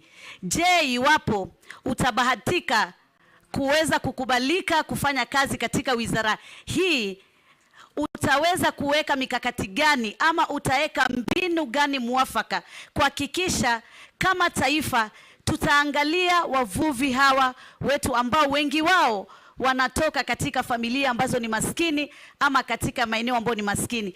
Mwisho kabisa ni sheria za kuwasaidia hawa wavuvi katika wakati wanavua. Ni katika swala hilo mheshimiwa, unajua mimi natoka sehemu ambazo kuna bahari. So nakuomba msamaha mheshimiwa, nimalize hili la mwisho. Endelea. Wakati mwingi wavuvi wetu wanapovua wanashikwa. Kwa mfano kama wale wa sehemu ya Kwale, sehemu za Lungalunga na Shimoni, wanaambiwa ya kwamba mumepita bahari zaidi, mumefika Tanzania. Wale wa Migingo wanaambiwa sasa nyinyi mumepita Uganda. Yani kunakuwa na zile sintofahamu, na sijui kama kuna mikakati ya kuwa kuna masomo ambayo wanaweza kufunzwa kuelewa hii mipaka, ama kwa Kiingereza territorial boundaries ziko vipi, ndio ya kwamba wasiwe kila mara. Manake mimi kama mjumbe mara kwa mara napigiwa simu, mheshimiwa tumeshikwa, tulikuwa tunavua, tulikuwa sehemu za gasi, sasa tumeambiwa tumeingia Tanzania, tumeshikwa tuko huku Tanzania. Swala hili naomba mheshimiwa nominee aweze kutueleza njia ambayo ataweza kusaidia wavuvi wetu katika swala hili zima. Asante sana mheshimiwa mwenyekiti. Mheshimiwa Mishi, kwa Kiswahili sanifu, huyu ni waziri mteule, sio waziri nominee. Mukami? Mheshimiwa Spika, nominee ndio hiyo, mteule ni nominee. Yaani umekuwa wewe ulisema utauliza swali kwa Kiswahili. Umeteuliwa. Sasa Kiswahili sanifu ni waziri mteule. Ali Spika na mfunza Mishi Kiswahili leo. Leo nafunza Kiswahili. Yes, Mukami. Thank you, Honorable Speaker. Honorable Speaker, I want to admit that I am really touched with what nominee has said, where he has come from to where he is. And I'm sure, being a Sunday, there are so many people watching, especially youth, and even the media people who are here, that God can bring you from down there to to up where he is today. My question is regarding hustlers. Small-scale mining in Kenya employs more than 140 people and supports over 800,000 households. Our workforce times larger than its equivalent in large-scale mining, which employs just 9,000 people. However, several constraints limit its economic potential due to informality, poor health, and safety standards, a shortage of access to geodata, and financial challenges.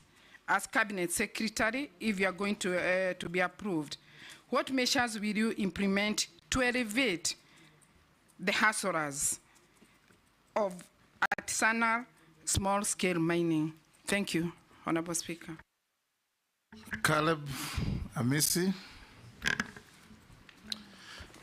Thank you, Mr. Speaker. Mr. Speaker, just like Honorable Mishi, I also wish to state that the nominee before us is been serving as my deputy party leader, as well as my very close friend, so we've interacted a lot, but that will not conflict my role in this very important process. Honorable Speaker, I have two questions to the nominee. One, marine, you are aware that there exist marine resource utilization contracts between Kenya and other fishing powerhouses around the region or even beyond on the use of marine resources. But there have been questions on, number one, the provision of sustainability of these fishing practices. There are benefits to Kenya. There are long-term management, how public can access those contracts, even the approvals, and potentially, if there exists, the rescinding to the contracts. What do you say about it, if you know about the contracts and how you will make Kenya benefit? And then secondly, Mr. Speaker, allow me to ask this, because in my second term now as a member of parliament, I've served in the Committee of Defense and Foreign Relations, where I had an opportunity to vet, I think cumulatively, close to 60 ambassadors, high commissioners, consular generals, and state representatives to the international organizations. And the principal secretaries, more than 10. Now, in this committee, I've also had an opportunity to now vet close to almost 30 cabinet secretaries. Cumulatively, this is almost 100 senior Kenyans are vetted. They have all promised, very competent, very enthusiastic about their country, charismatic in their own nature, very knowledgeable, highly educated, varied history. Some, they share your history, by the way, some of us have even worse histories, and some have good histories. They have promised all. But for the last 7 years, there is nothing. Nothing. The heaven they promised, I have not even dreamt it. What is this that you possess? What is this 8 wonders of the world that you possess that is going to give me a sigh of relief?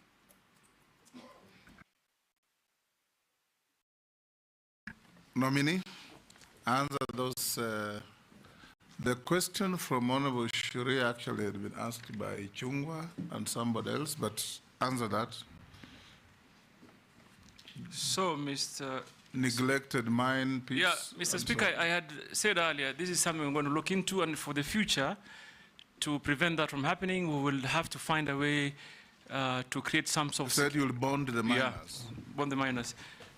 But that doesn't mean we'll ignore the existing problem. We'll have to just find a solution.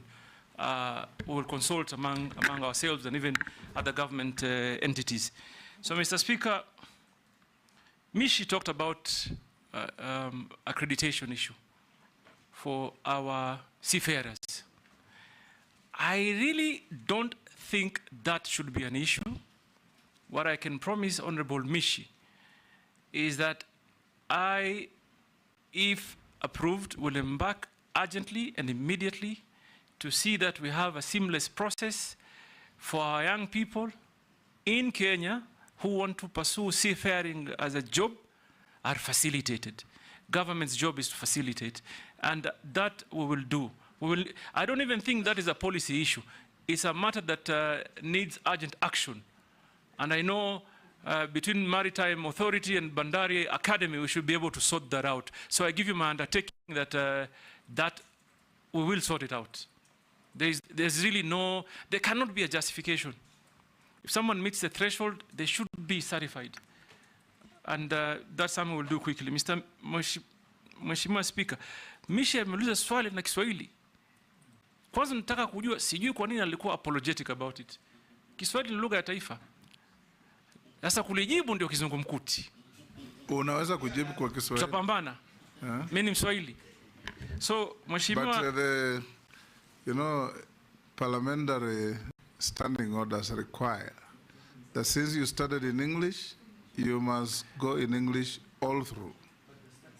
But Mr. Speaker, that would be Mishi, double standard. I allowed Mishi.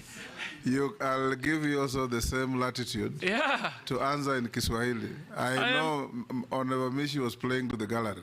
No, Mishi, I'm sure on Chair, it's a valid question. Valid, and the gallery is equally valid. That's why I'm representing them. Honorable Mheshimiwa Mishi anaongea na watu wake wa Likoni na wengineo ambao wanaelewa Kiswahili. So, Mheshimiwa Speaker, kwanza uchimbaji wa bahari ni lazima ufanywe kwa njia ya kueleweka na kufahamika. Lazima iwe na utafiti na mipango ya kutosha, kwamba ukichimba kwa ujenzi wa bandari lazima upime mambo ya mazingira kwa kufahamika. Huwezi kuwa utachukua tu kwa sababu unataka kuongeza uwezo wa bandari ama mabehewa makubwa kuingia, uchimbe na uumize mazingira. Hii ni mambo ambayo haiwezekani. So mimi kama mazingira huharibiwa, haiumizwi. Endelea. Waswahili waelewa hiyo, Mheshimiwa. So hata mimi nimepigwa na butwa vile Kiswahili chake kiko kitamu. So Mheshimiwa Speaker, mazingira lazima yalindwe. Na sababu muhimu ya kulinda mazingira ni kwa sababu mazingira yanasaidia katika eneo la uchumi la wananchi. Na mimi nataka niseme, hata nikimaliza nilikuwa nimeandika pointi 10 ambazo nataka kuzisema, nitakwambia, ambayo naona vile tunafaa twende. Lakini haiwezekani kwamba ubora huu ushinde ubora mwingine zaidi. Lazima kuwe na balance, uwiano na usawa. Yaani tunasema, Mheshimiwa Speaker, katika yale yanayofanyika lazima kuwe na uwiano na usawa, hasusan katika mapato. Na hakuna mimi nafahamu vile pale Mheshimiwa Misha natoka, wavuvi walikoni wakati Dongo Kundu ilikuwa inachimbwa, hata ile terminal mpya ya bandari sahihi, wavuvi wengi walipoteza mapato ya kiuchumi, kwa sababu mchanga ule uliotolewa pale ulitupwa mahali ambao wavuvi wanavua. Na Mheshimiwa Speaker, sijui kama unajua njia ya uzazi wa samaki. Wasamaki wanazaa kwenye mapango kule baharini. Sasa mara tu utakuta mchanga kiwango kikubwa kimekuja ikafinika maeneo ya uzazi wa samaki. So inapunguza sana. Mheshimiwa Mishi, mimi nataka nikuhakikishie, lazima tuweke mikakati kabambe ya kueleweka na tutathmini hali halisi kabla tukubali mambo ambayo yataumiza wa Kenya kiuchumi. Na tena sio Mombasa peke yake. Lamu, ziwa la Victoria, ziwa la Turkana, Nakuru, Naivasha na kwengineo. Kwa sababu Mheshimiwa Speaker, mambo haya yanachangia pakubwa katika uchumi wa nchi yetu, kiutalii, kiuchukuzi, kimaisha kwa jumla. La mwisho Mr. Speaker, Alhamisi ni alisema mambo ya mipaka na akasema mambo ya Tanzania na Kenya na Kenya na Uganda migingo. Mheshimiwa, mimi naonelea hivi, nchi hii, serikali hii, kwa in the spirit of East Africanism, yani kwa ushirikiano in that spirit ile ya umoja wa East African, lazima tuzungumze mambo ya mipaka kikamilifu. Kwa sababu mimi nilikuwa mbunge katika bunge la 10, migingo imekuwa ikizungumza mpaka leo tutazungumza migingo. Mheshimiwa Speaker, nakumbuka ulivyokuwa waziri wa mambo ya nje ama kigeni, mambo ya nje. Mheshimiwa Daud anichanganya kidogo, sema kigeni, mambo ya nje. Ulikuwa unapambana na mambo ya mipaka ya baharini, na nakumbuka tulisongeza zaidi ya nautical mile 300 na almost. Tulipima na tukazongesha kutoka mile 200 mpaka 450, na hizo stakabadhi nikazipeleka kwa Umoja wa Mataifa. Sasa, New York. Sasa mheshimiwa, mimi maoni yangu ni kwamba kama nchi ni muhimu tuzungumze kikamilifu mambo ya mipaka, migingo, Tanzania, Somalia, Uganda, na popote pale ambapo panatuhusu mambo ya mipaka. Ni muhimu, na umuhimu wake uko wapi? Hiyo utalinda haki za Wakenya wa siku za usoni. Hasa ukisikia kwamba kuna madini, kuna rasilimali, conflict inaanza. So Mheshimiwa Speaker, tunataka tufanye namna hiyo. Mheshimiwa Mukami, you cannot,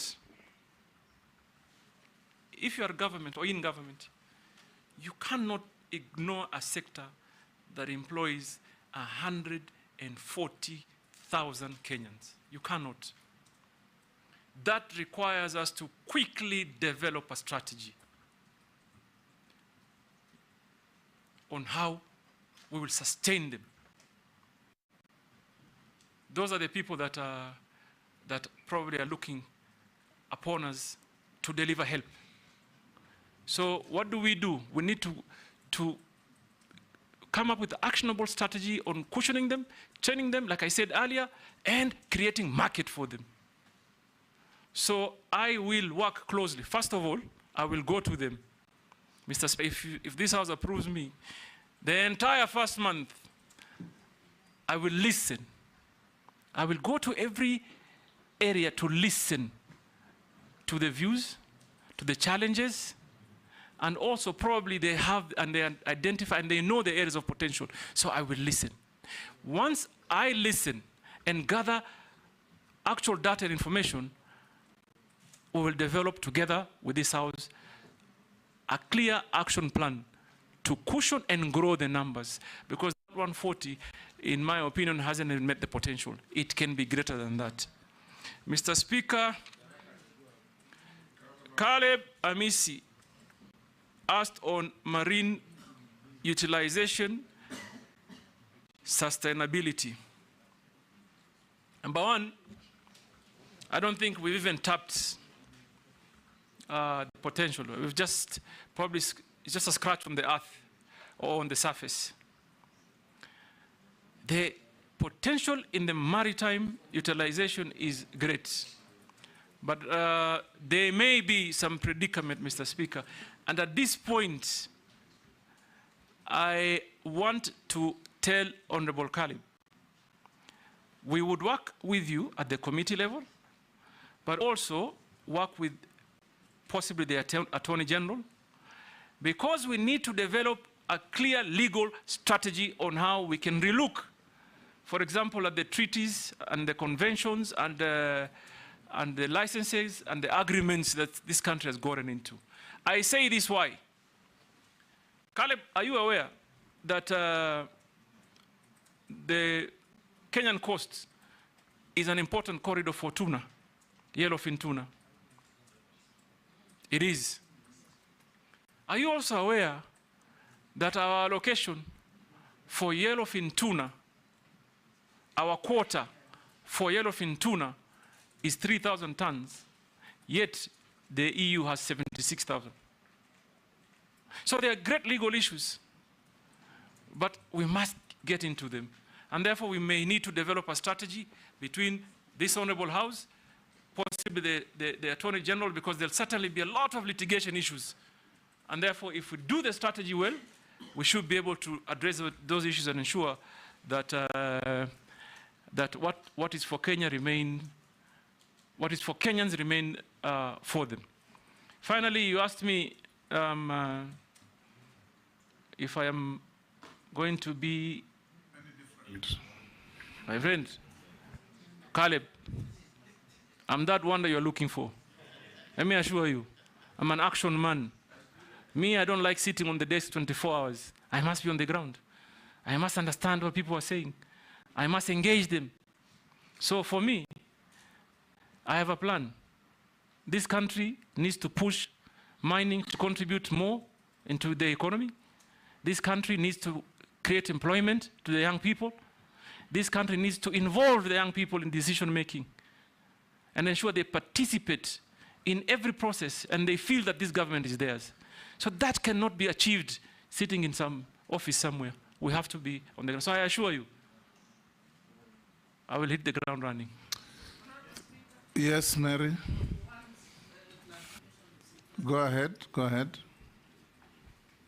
Thank you, Chairman. Nominee, yesterday I raised a concern to the outgoing Minister for Mining, and I think it's important that I seek clarification from you, if approved, because you're going to be the person on the seat. There is mining happening at the border of Kenya and Uganda at a place called Amoni in Alupe. The mining is right at the border, and yesterday the CS confirmed that Samata they took up, they visited, and they confirmed, and that they have stopped. They're engaging with the neighboring country. What are you going to do about it? And I'm very happy I've heard you saying you will give priority to issues, you will start working, you will not be in the office. And one Kenyan has asked the same question and also has asked about Migingo, but you've already addressed the Migingo. Just tell me about their money. Thank you.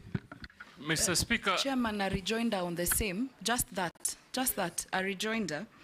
Mr. Nominee, there's a whole issue in this country about speculation. You know, people assuming this county has this county has that, this region has that. I would like to know whether you'd ensure there is a transparent Kenya mineral audit that will allow Kenyans to know what minerals are where and who has mining rights. Because this, especially where I come from the north, the cattle rustling has changed. It's not about cows. It's about land. And there are Kenyans who feel that West Pokot has a certain mineral, Samburu North, Baragoi has a certain mineral, and that is why there is perpetual conflict in those regions, and there are people arming Kenyans in those regions so that there is no peace, so that later in future people will move from that land, and then people are going to come and get the minerals out. It's just like oil. In countries where there's oil, there's conflict, perpetual conflict. And so that's, you know, not having a clarity on where we have minerals in this country breeds that speculation and brings conflict. Asante. Jeanette, I saw you gesturing like you wanted to have... I wanted to ask him something, Mr. Speaker. Mr. Speaker, I want to ask the nominee, you see why we are here today, Mr. Speaker, vetting the second batch of ministers in the midway of a term of an election. Mr. Speaker, is because of things that Kenyans have complained about. And some of the things Kenyans have complained about is about opulency, arrogancy, and show off. The nominee is somebody known to me very well, Mr. Speaker. I must share with the committee that. And he's somebody who God has blessed him as a family and as a person. He's a man who loves fine things of the world. Now you are becoming a CS.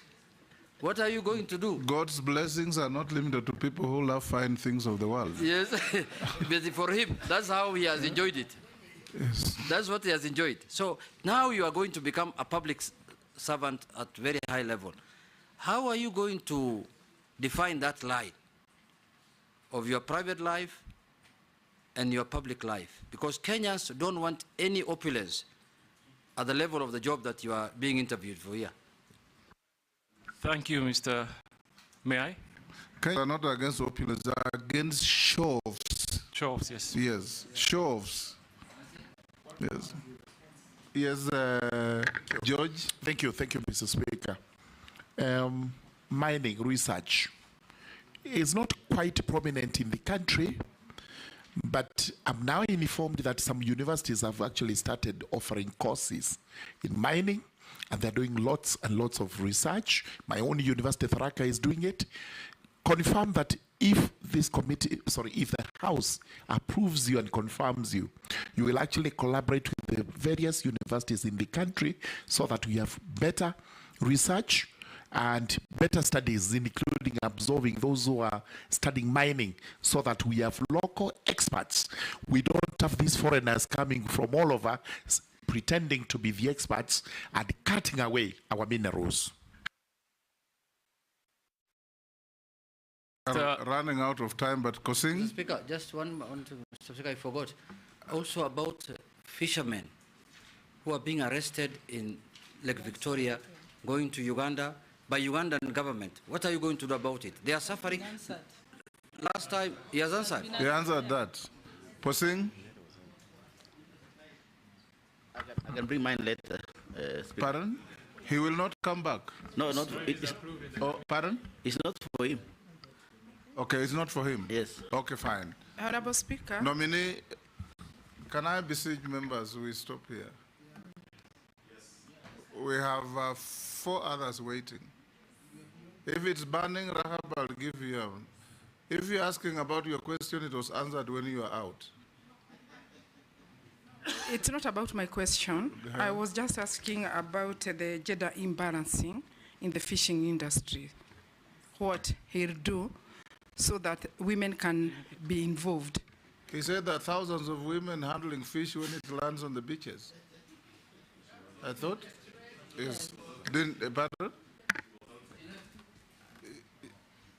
But take the question and answer the honorable member about gender parity in the industry. Okay.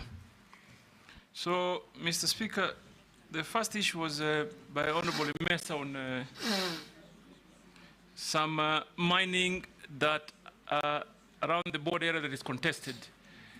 What I want to tell you is that I've also heard about the same issue, for example, in Moyale County. And I am going to work with members of parliament, governors, very closely to ensure what rightfully belongs to Kenya stays in Kenya. And that opportunity is secured for and on behalf of the people of Kenya. So we'll work very well together. That assurance government is about continuity, and what Mvurya committed, I will take on and move forward with you. Answer the remaining questions in 2 minutes. Mr. Speaker. From Naisula and Junet. If you could allow me, maybe just from what Junet said, on your declaration of net worth, I see you have valuables and jewelry of a good amount. Maybe you could tell us, among us those in relation to what Junet was asking about opulence, the show of opulence, as the speaker put it. And I know you've been very active on TikTok. Can you assure the people of Kenya that these valuables and jewelry here will not be part of the things that they will see on TikTok, because I think that is what annoys Kenyans when they see. And because you are coming into public office, just to be sensitive that Kenyans, as much as you have declared it here, may not want to see those things.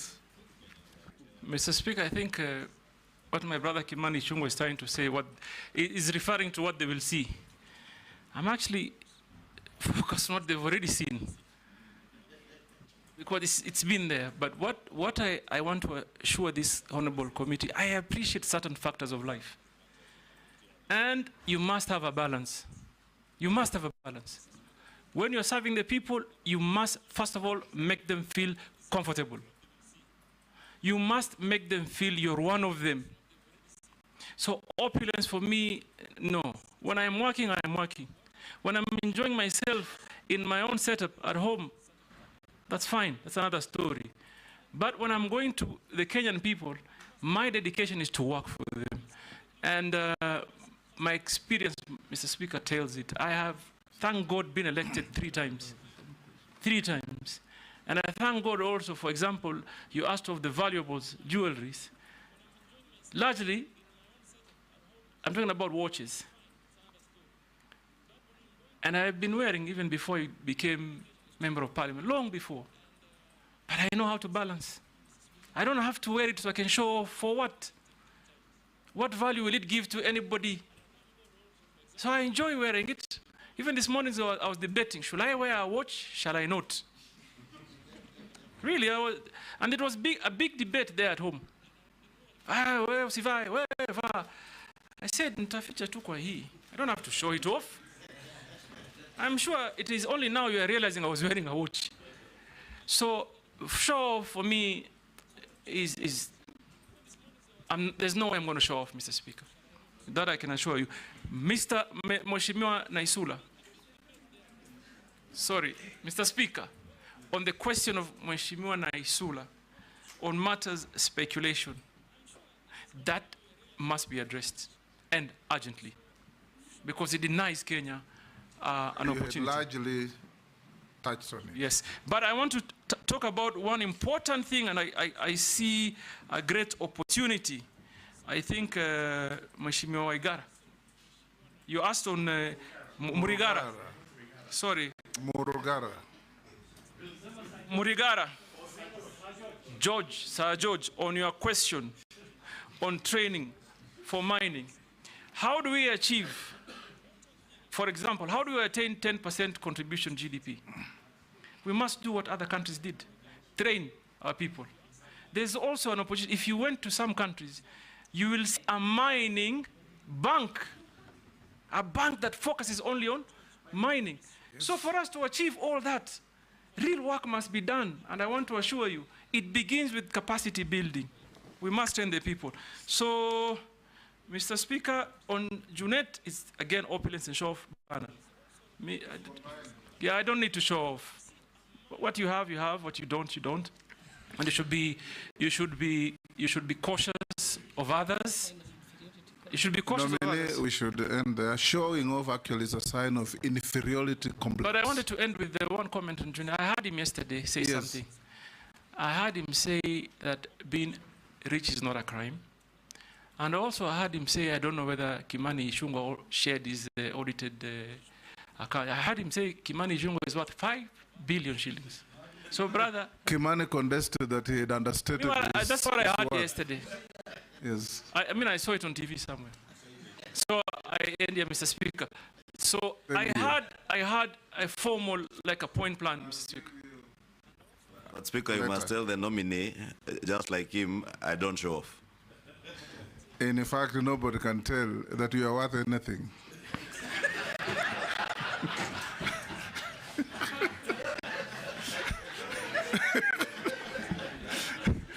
Mr. Speaker, and that must be the culture in Kikuyu constituency. Nominee, we are coming to an end. Naisula has asked me to remind you to respond to the issue of your public statement never to talk to your appointing authority. Although I told you that It's okay, Mr. only Speaker. fools don't change their mind, This- but in Isola, I would want the public to hear from you. Sasa, Isula, do you want to repeat the statement for me? Hatuwezi ongea? How? Let me say this. No, I understand. No, but let me say this for clarity, Chairman. You know, apart from asking questions during vetting for competence, what you understand about mining and all, we also vet the temperament of a nominee, the same way you've been asked about lifestyle. It's neither here or there, really. But even temperament of a nominee is very important because it shows your leadership skills. Initially you thought this, and now you're here. There's really nothing wrong with answering how you're going to relate with His Excellency the President when you're working. Excellent. So, Mr. Speaker, if I may quote, the statement went like, mimi niongee na Ruto nini? Mimi niende wapi na Ruto? Mr. Speaker, hakuna mtu ameeleza vizuri kukuliko. Mpumbavu peke yake ndo abadilishi mawazo. Mtu mpumbavu. Pili, hii ni clarion call to serve the country. I have been a great critic of this government, like others I did before. Now I've been given an opportunity. An opportunity has been availed to me to come and create that difference that I've been talking about all this time. And that is exactly what I'm going to do. Bring new energy, new ideology, new thinking, because after all of us are serving one nation, one people. Well put. That will do. Other members, now nominee, we are coming to an end. Most of the people, members of the public sending in questions, all oscillate around what will you do to create safety in the mines? What will you do to protect the population from disused mines? What will you do to protect our fishermen from harassment by neighbors? What will you do to make it safe for our fishermen to handle their produce or their products when they come back? And what will you do to make mining part of the central core of Kenya's economy? These are all things we have talked about, but the public would want to hear that we brought to you what they wanted. There is one man from Kwale who says, uliza waziri mteule, ngoja kidogo, ataweka mikakati gani kuhakikisha kituo cha mafunzo cha uchumi zamawati kilichoko wadi ya Ngomeni, kaunti ya Kwale, kinakamilika kwa muda unaofaa. I think the next, I'll still ask you say one or two things. We want you to assure Kenyans, nominee, that if you find favor and you are appointed the minister, within what period will you be able to make Kenyans feel the benefits and the contribution of mining to our economy? We are a major agricultural country. So is a country like the US. But in the US, agriculture contributes only 1% to their GDP. In Kenya, it is the complete opposite. And they do that because they are in manufacturing, in mining, value addition, and all those good economic activities. Secondly, ensure that Kenyans participate in this exciting new economic venture. Assure Kenyans that you are not going to be, if approved, to be working for international conglomerates to come to Kenya, appear to be generating economic activities but taking away all our wealth. We want to see mining being part of the central feature of our economy. Thirdly and lastly, For the seafarers and those who are now going to work on international ships, you may consider, because most of those seafarers will work in ships of major shipping and maritime countries: Korea, China, Spain, and others. You may consider, and Germany you talked earlier, to introduce basic language courses at our college in Mombasa in these languages, so that when they graduate, they have a basic knowledge of German, of Korean, or Chinese, or Mandarin, or whatever. Thirdly, and lastly, you may also consider sometimes if a seafarer goes to a Spanish shipping line and produces a certificate that's a collaboration between our college and some college in Spain, it gives confidence to those who are employing. So you may consider partnering our institution with as many other institutions worldwide as possible to ease the process of our youths getting certificates and being considered for employment. Finish those, then I come to... Can I say one from a Kenyan speaker? Oh, there is a... Okay, one yes. From Kenyan. Yes. From West Pokot. West Pokot. Yes, he's saying, don't forget to tell Joho, this is a guy of late 30s, he's working and he's in school. He just finished Form 4 the other day and got a D+. So he's saying, don't forget to tell Joho your motivation to many of us, like me in West Pokot, to pursue my education studies. Yes, before you answer, there is also somebody who said, I am really shocked that Governor Joho has 2 degrees. Kenyans know he has never been to school. This is some lady from somewhere. Now go on and answer. Mr. Speaker, the only thing she didn't write is that I'm an alumni of Harvard University. And I'm grateful that we could inspire someone. And this is a message I want to tell the young people of this country. Please never lose hope. Never give up. There is always a way out. It requires determination, focus, commitment. Answer those now. And a little bit of support. I'm just saying that because I felt encouraged that someone may take a path of changing his life. Mr. Speaker, I began by saying we need to relook at the architecture of our training programs. Do they conform to the needs? How do we tap in? How is it that we, first of all, are only tapping into just under 0.2% of the demand? So we will probably redesign the entire training program. And then, Mr. Speaker, I couldn't agree more. The urgent need of collaboration between teaching institutions. We will begin by pursuing partnership between the local universities and the government institutions, and also will encourage that we have an international conversation of getting more affiliate universities to join in. Mr. Speaker, the young brother from Kwale said that there's an institution that is to be completed at Wa Ward in Kwale.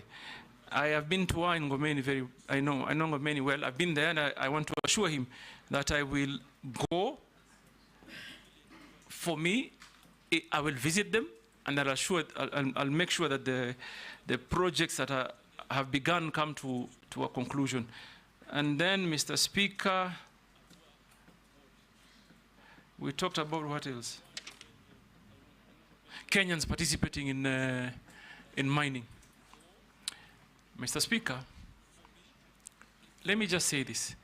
In Mombasa, when there was a debate on concessions, for example, I heard Kenyans saying one thing. If government wants to raise money, tell us. We can come together, 5 of us, 10 of us, and create good equity, good capital, in billions. There is that capacity. We know people that are having billions of shillings in banks. What may be the problem? Maybe they don't have the information of what the country holds. Maybe they've never understood the potential. So it will be my responsibility to pass knowledge to Kenyan people of what we have and where the opportunities may be. Some mining operations is not very expensive, Mr. Speaker. It's not excavator, 1 or 2, 3, 4 trucks. Kenyans can do that, and I will encourage them. But I think the disconnect here is they do not know. It is all speculative. Everybody is just speculating. We have lithium here, we have copper there, we have gold here, we have coal here. So we will ensure that we pass on the information so that Kenyan people can participate. Finally, Mr. Speaker, you talked about our economy being driven by agriculture.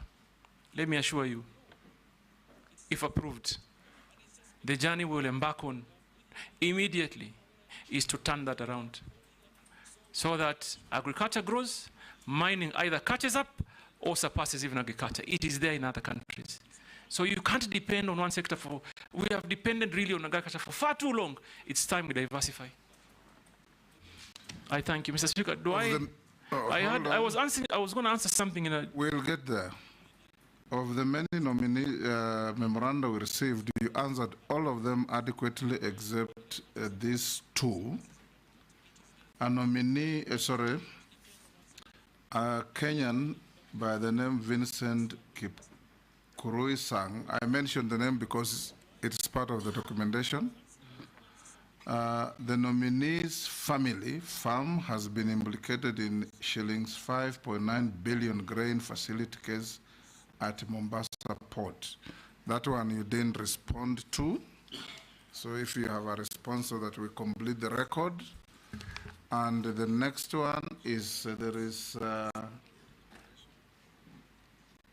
an organization called Haki Yetu in Mombasa. I believe you probably know it. They say they went to court, obtained a court order for you to avail some documents to them, served you with the order, and you refused to give them the documents. And this was in relation to affordable housing. Okay. Those two. Mr. Speaker, you answered everything correctly and satisfactorily. You can respond to those two to complete our record. Mr. Speaker, I know the organization really well, Haki Yetu. I haven't checked, but I suspect that letter is signed by someone called Maimuna. Is it? Huh? Correct. Correct, right? Mr. Speaker, there's a tendency that... Munira Ali Omar. Munira Omar, I know, and of course my great friend Father Dolan is doing quite some good work. But number one, I've never seen or received any orders that compels me to give information. Two, I believe public information should not necessarily be accessed through court processes. Someone should be able to walk into government office and get information. Number one, Article 35 of the Constitution. So I have not received any orders, but my current governor would, I'm sure, I'll place a call to him. He'll be happy to share the information. Grain bulk? Grain bulk, Mheshimiwa, sorry, Honorable Speaker. I said earlier, it's not grain bulk, it's grain facility. I'm sorry. I understand. Yes. Mr. Speaker, my family, like I said earlier, is in the business of logistics. So what my family wants to do as a business or plans to do is to build on our land, on our own family land, a grain handling facility. For far too long, there's just been one. So there's been a monopoly of grain handling in Kenya. So we've been pursuing this venture of building another, as a family, nothing to do with government. Mheshimiwa, so that, Honorable Speaker, so that I come out clear, there's not a penny government is putting. There is nothing government is doing in that project. It's private equity project, sitting on private land. The only thing that that setup would do is get a license on whey leaf so that they can get access to remove the grain from the vessel, onto the facility. So we did not lose, as a family, 5.9 billion contract. We are actually going to inject 5.9 billion investment into the economy. Before I give you to say what you want to say as you exit, have you ever been adversely mentioned in any integrity-related report? Not that I know of. Do you hold any leadership position in any political party? In your self-declaration, you say you are the deputy party leader of Orange Democratic Party. That I resigned. I remain only a member of the party. I don't hold any leadership position. What is your net worth? My net worth is, let me just be sure. Where is that document?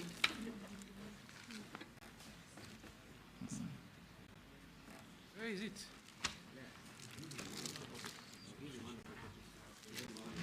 Is on pay. Your assistant should be assisting you on this. I'll just use this one.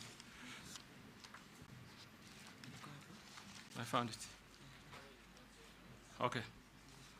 Mr. Speaker, my net worth is 2,361,332,249. Made out? Largely by developed and undeveloped properties, which include my homes in Mombasa, Vipingo, Nairobi, and Malindi. Shareholding in some property holdings. Shareholding in family businesses. Valuables, Honorable Kimani Chungwa referred to them as jewelry, but it's just basically watches. And cash at bank. Okay. We have checked your documents against what we have, and we have found them in order. And also you did respond to more than we received 74 memoranda on you. You responded to all of them except the 2 that you have now responded to. Now you can have 1 Mr. minute. Speaker, yes. Before he concludes on the net worth, it would be good, and this is in his interest, because he has severally referred to family businesses.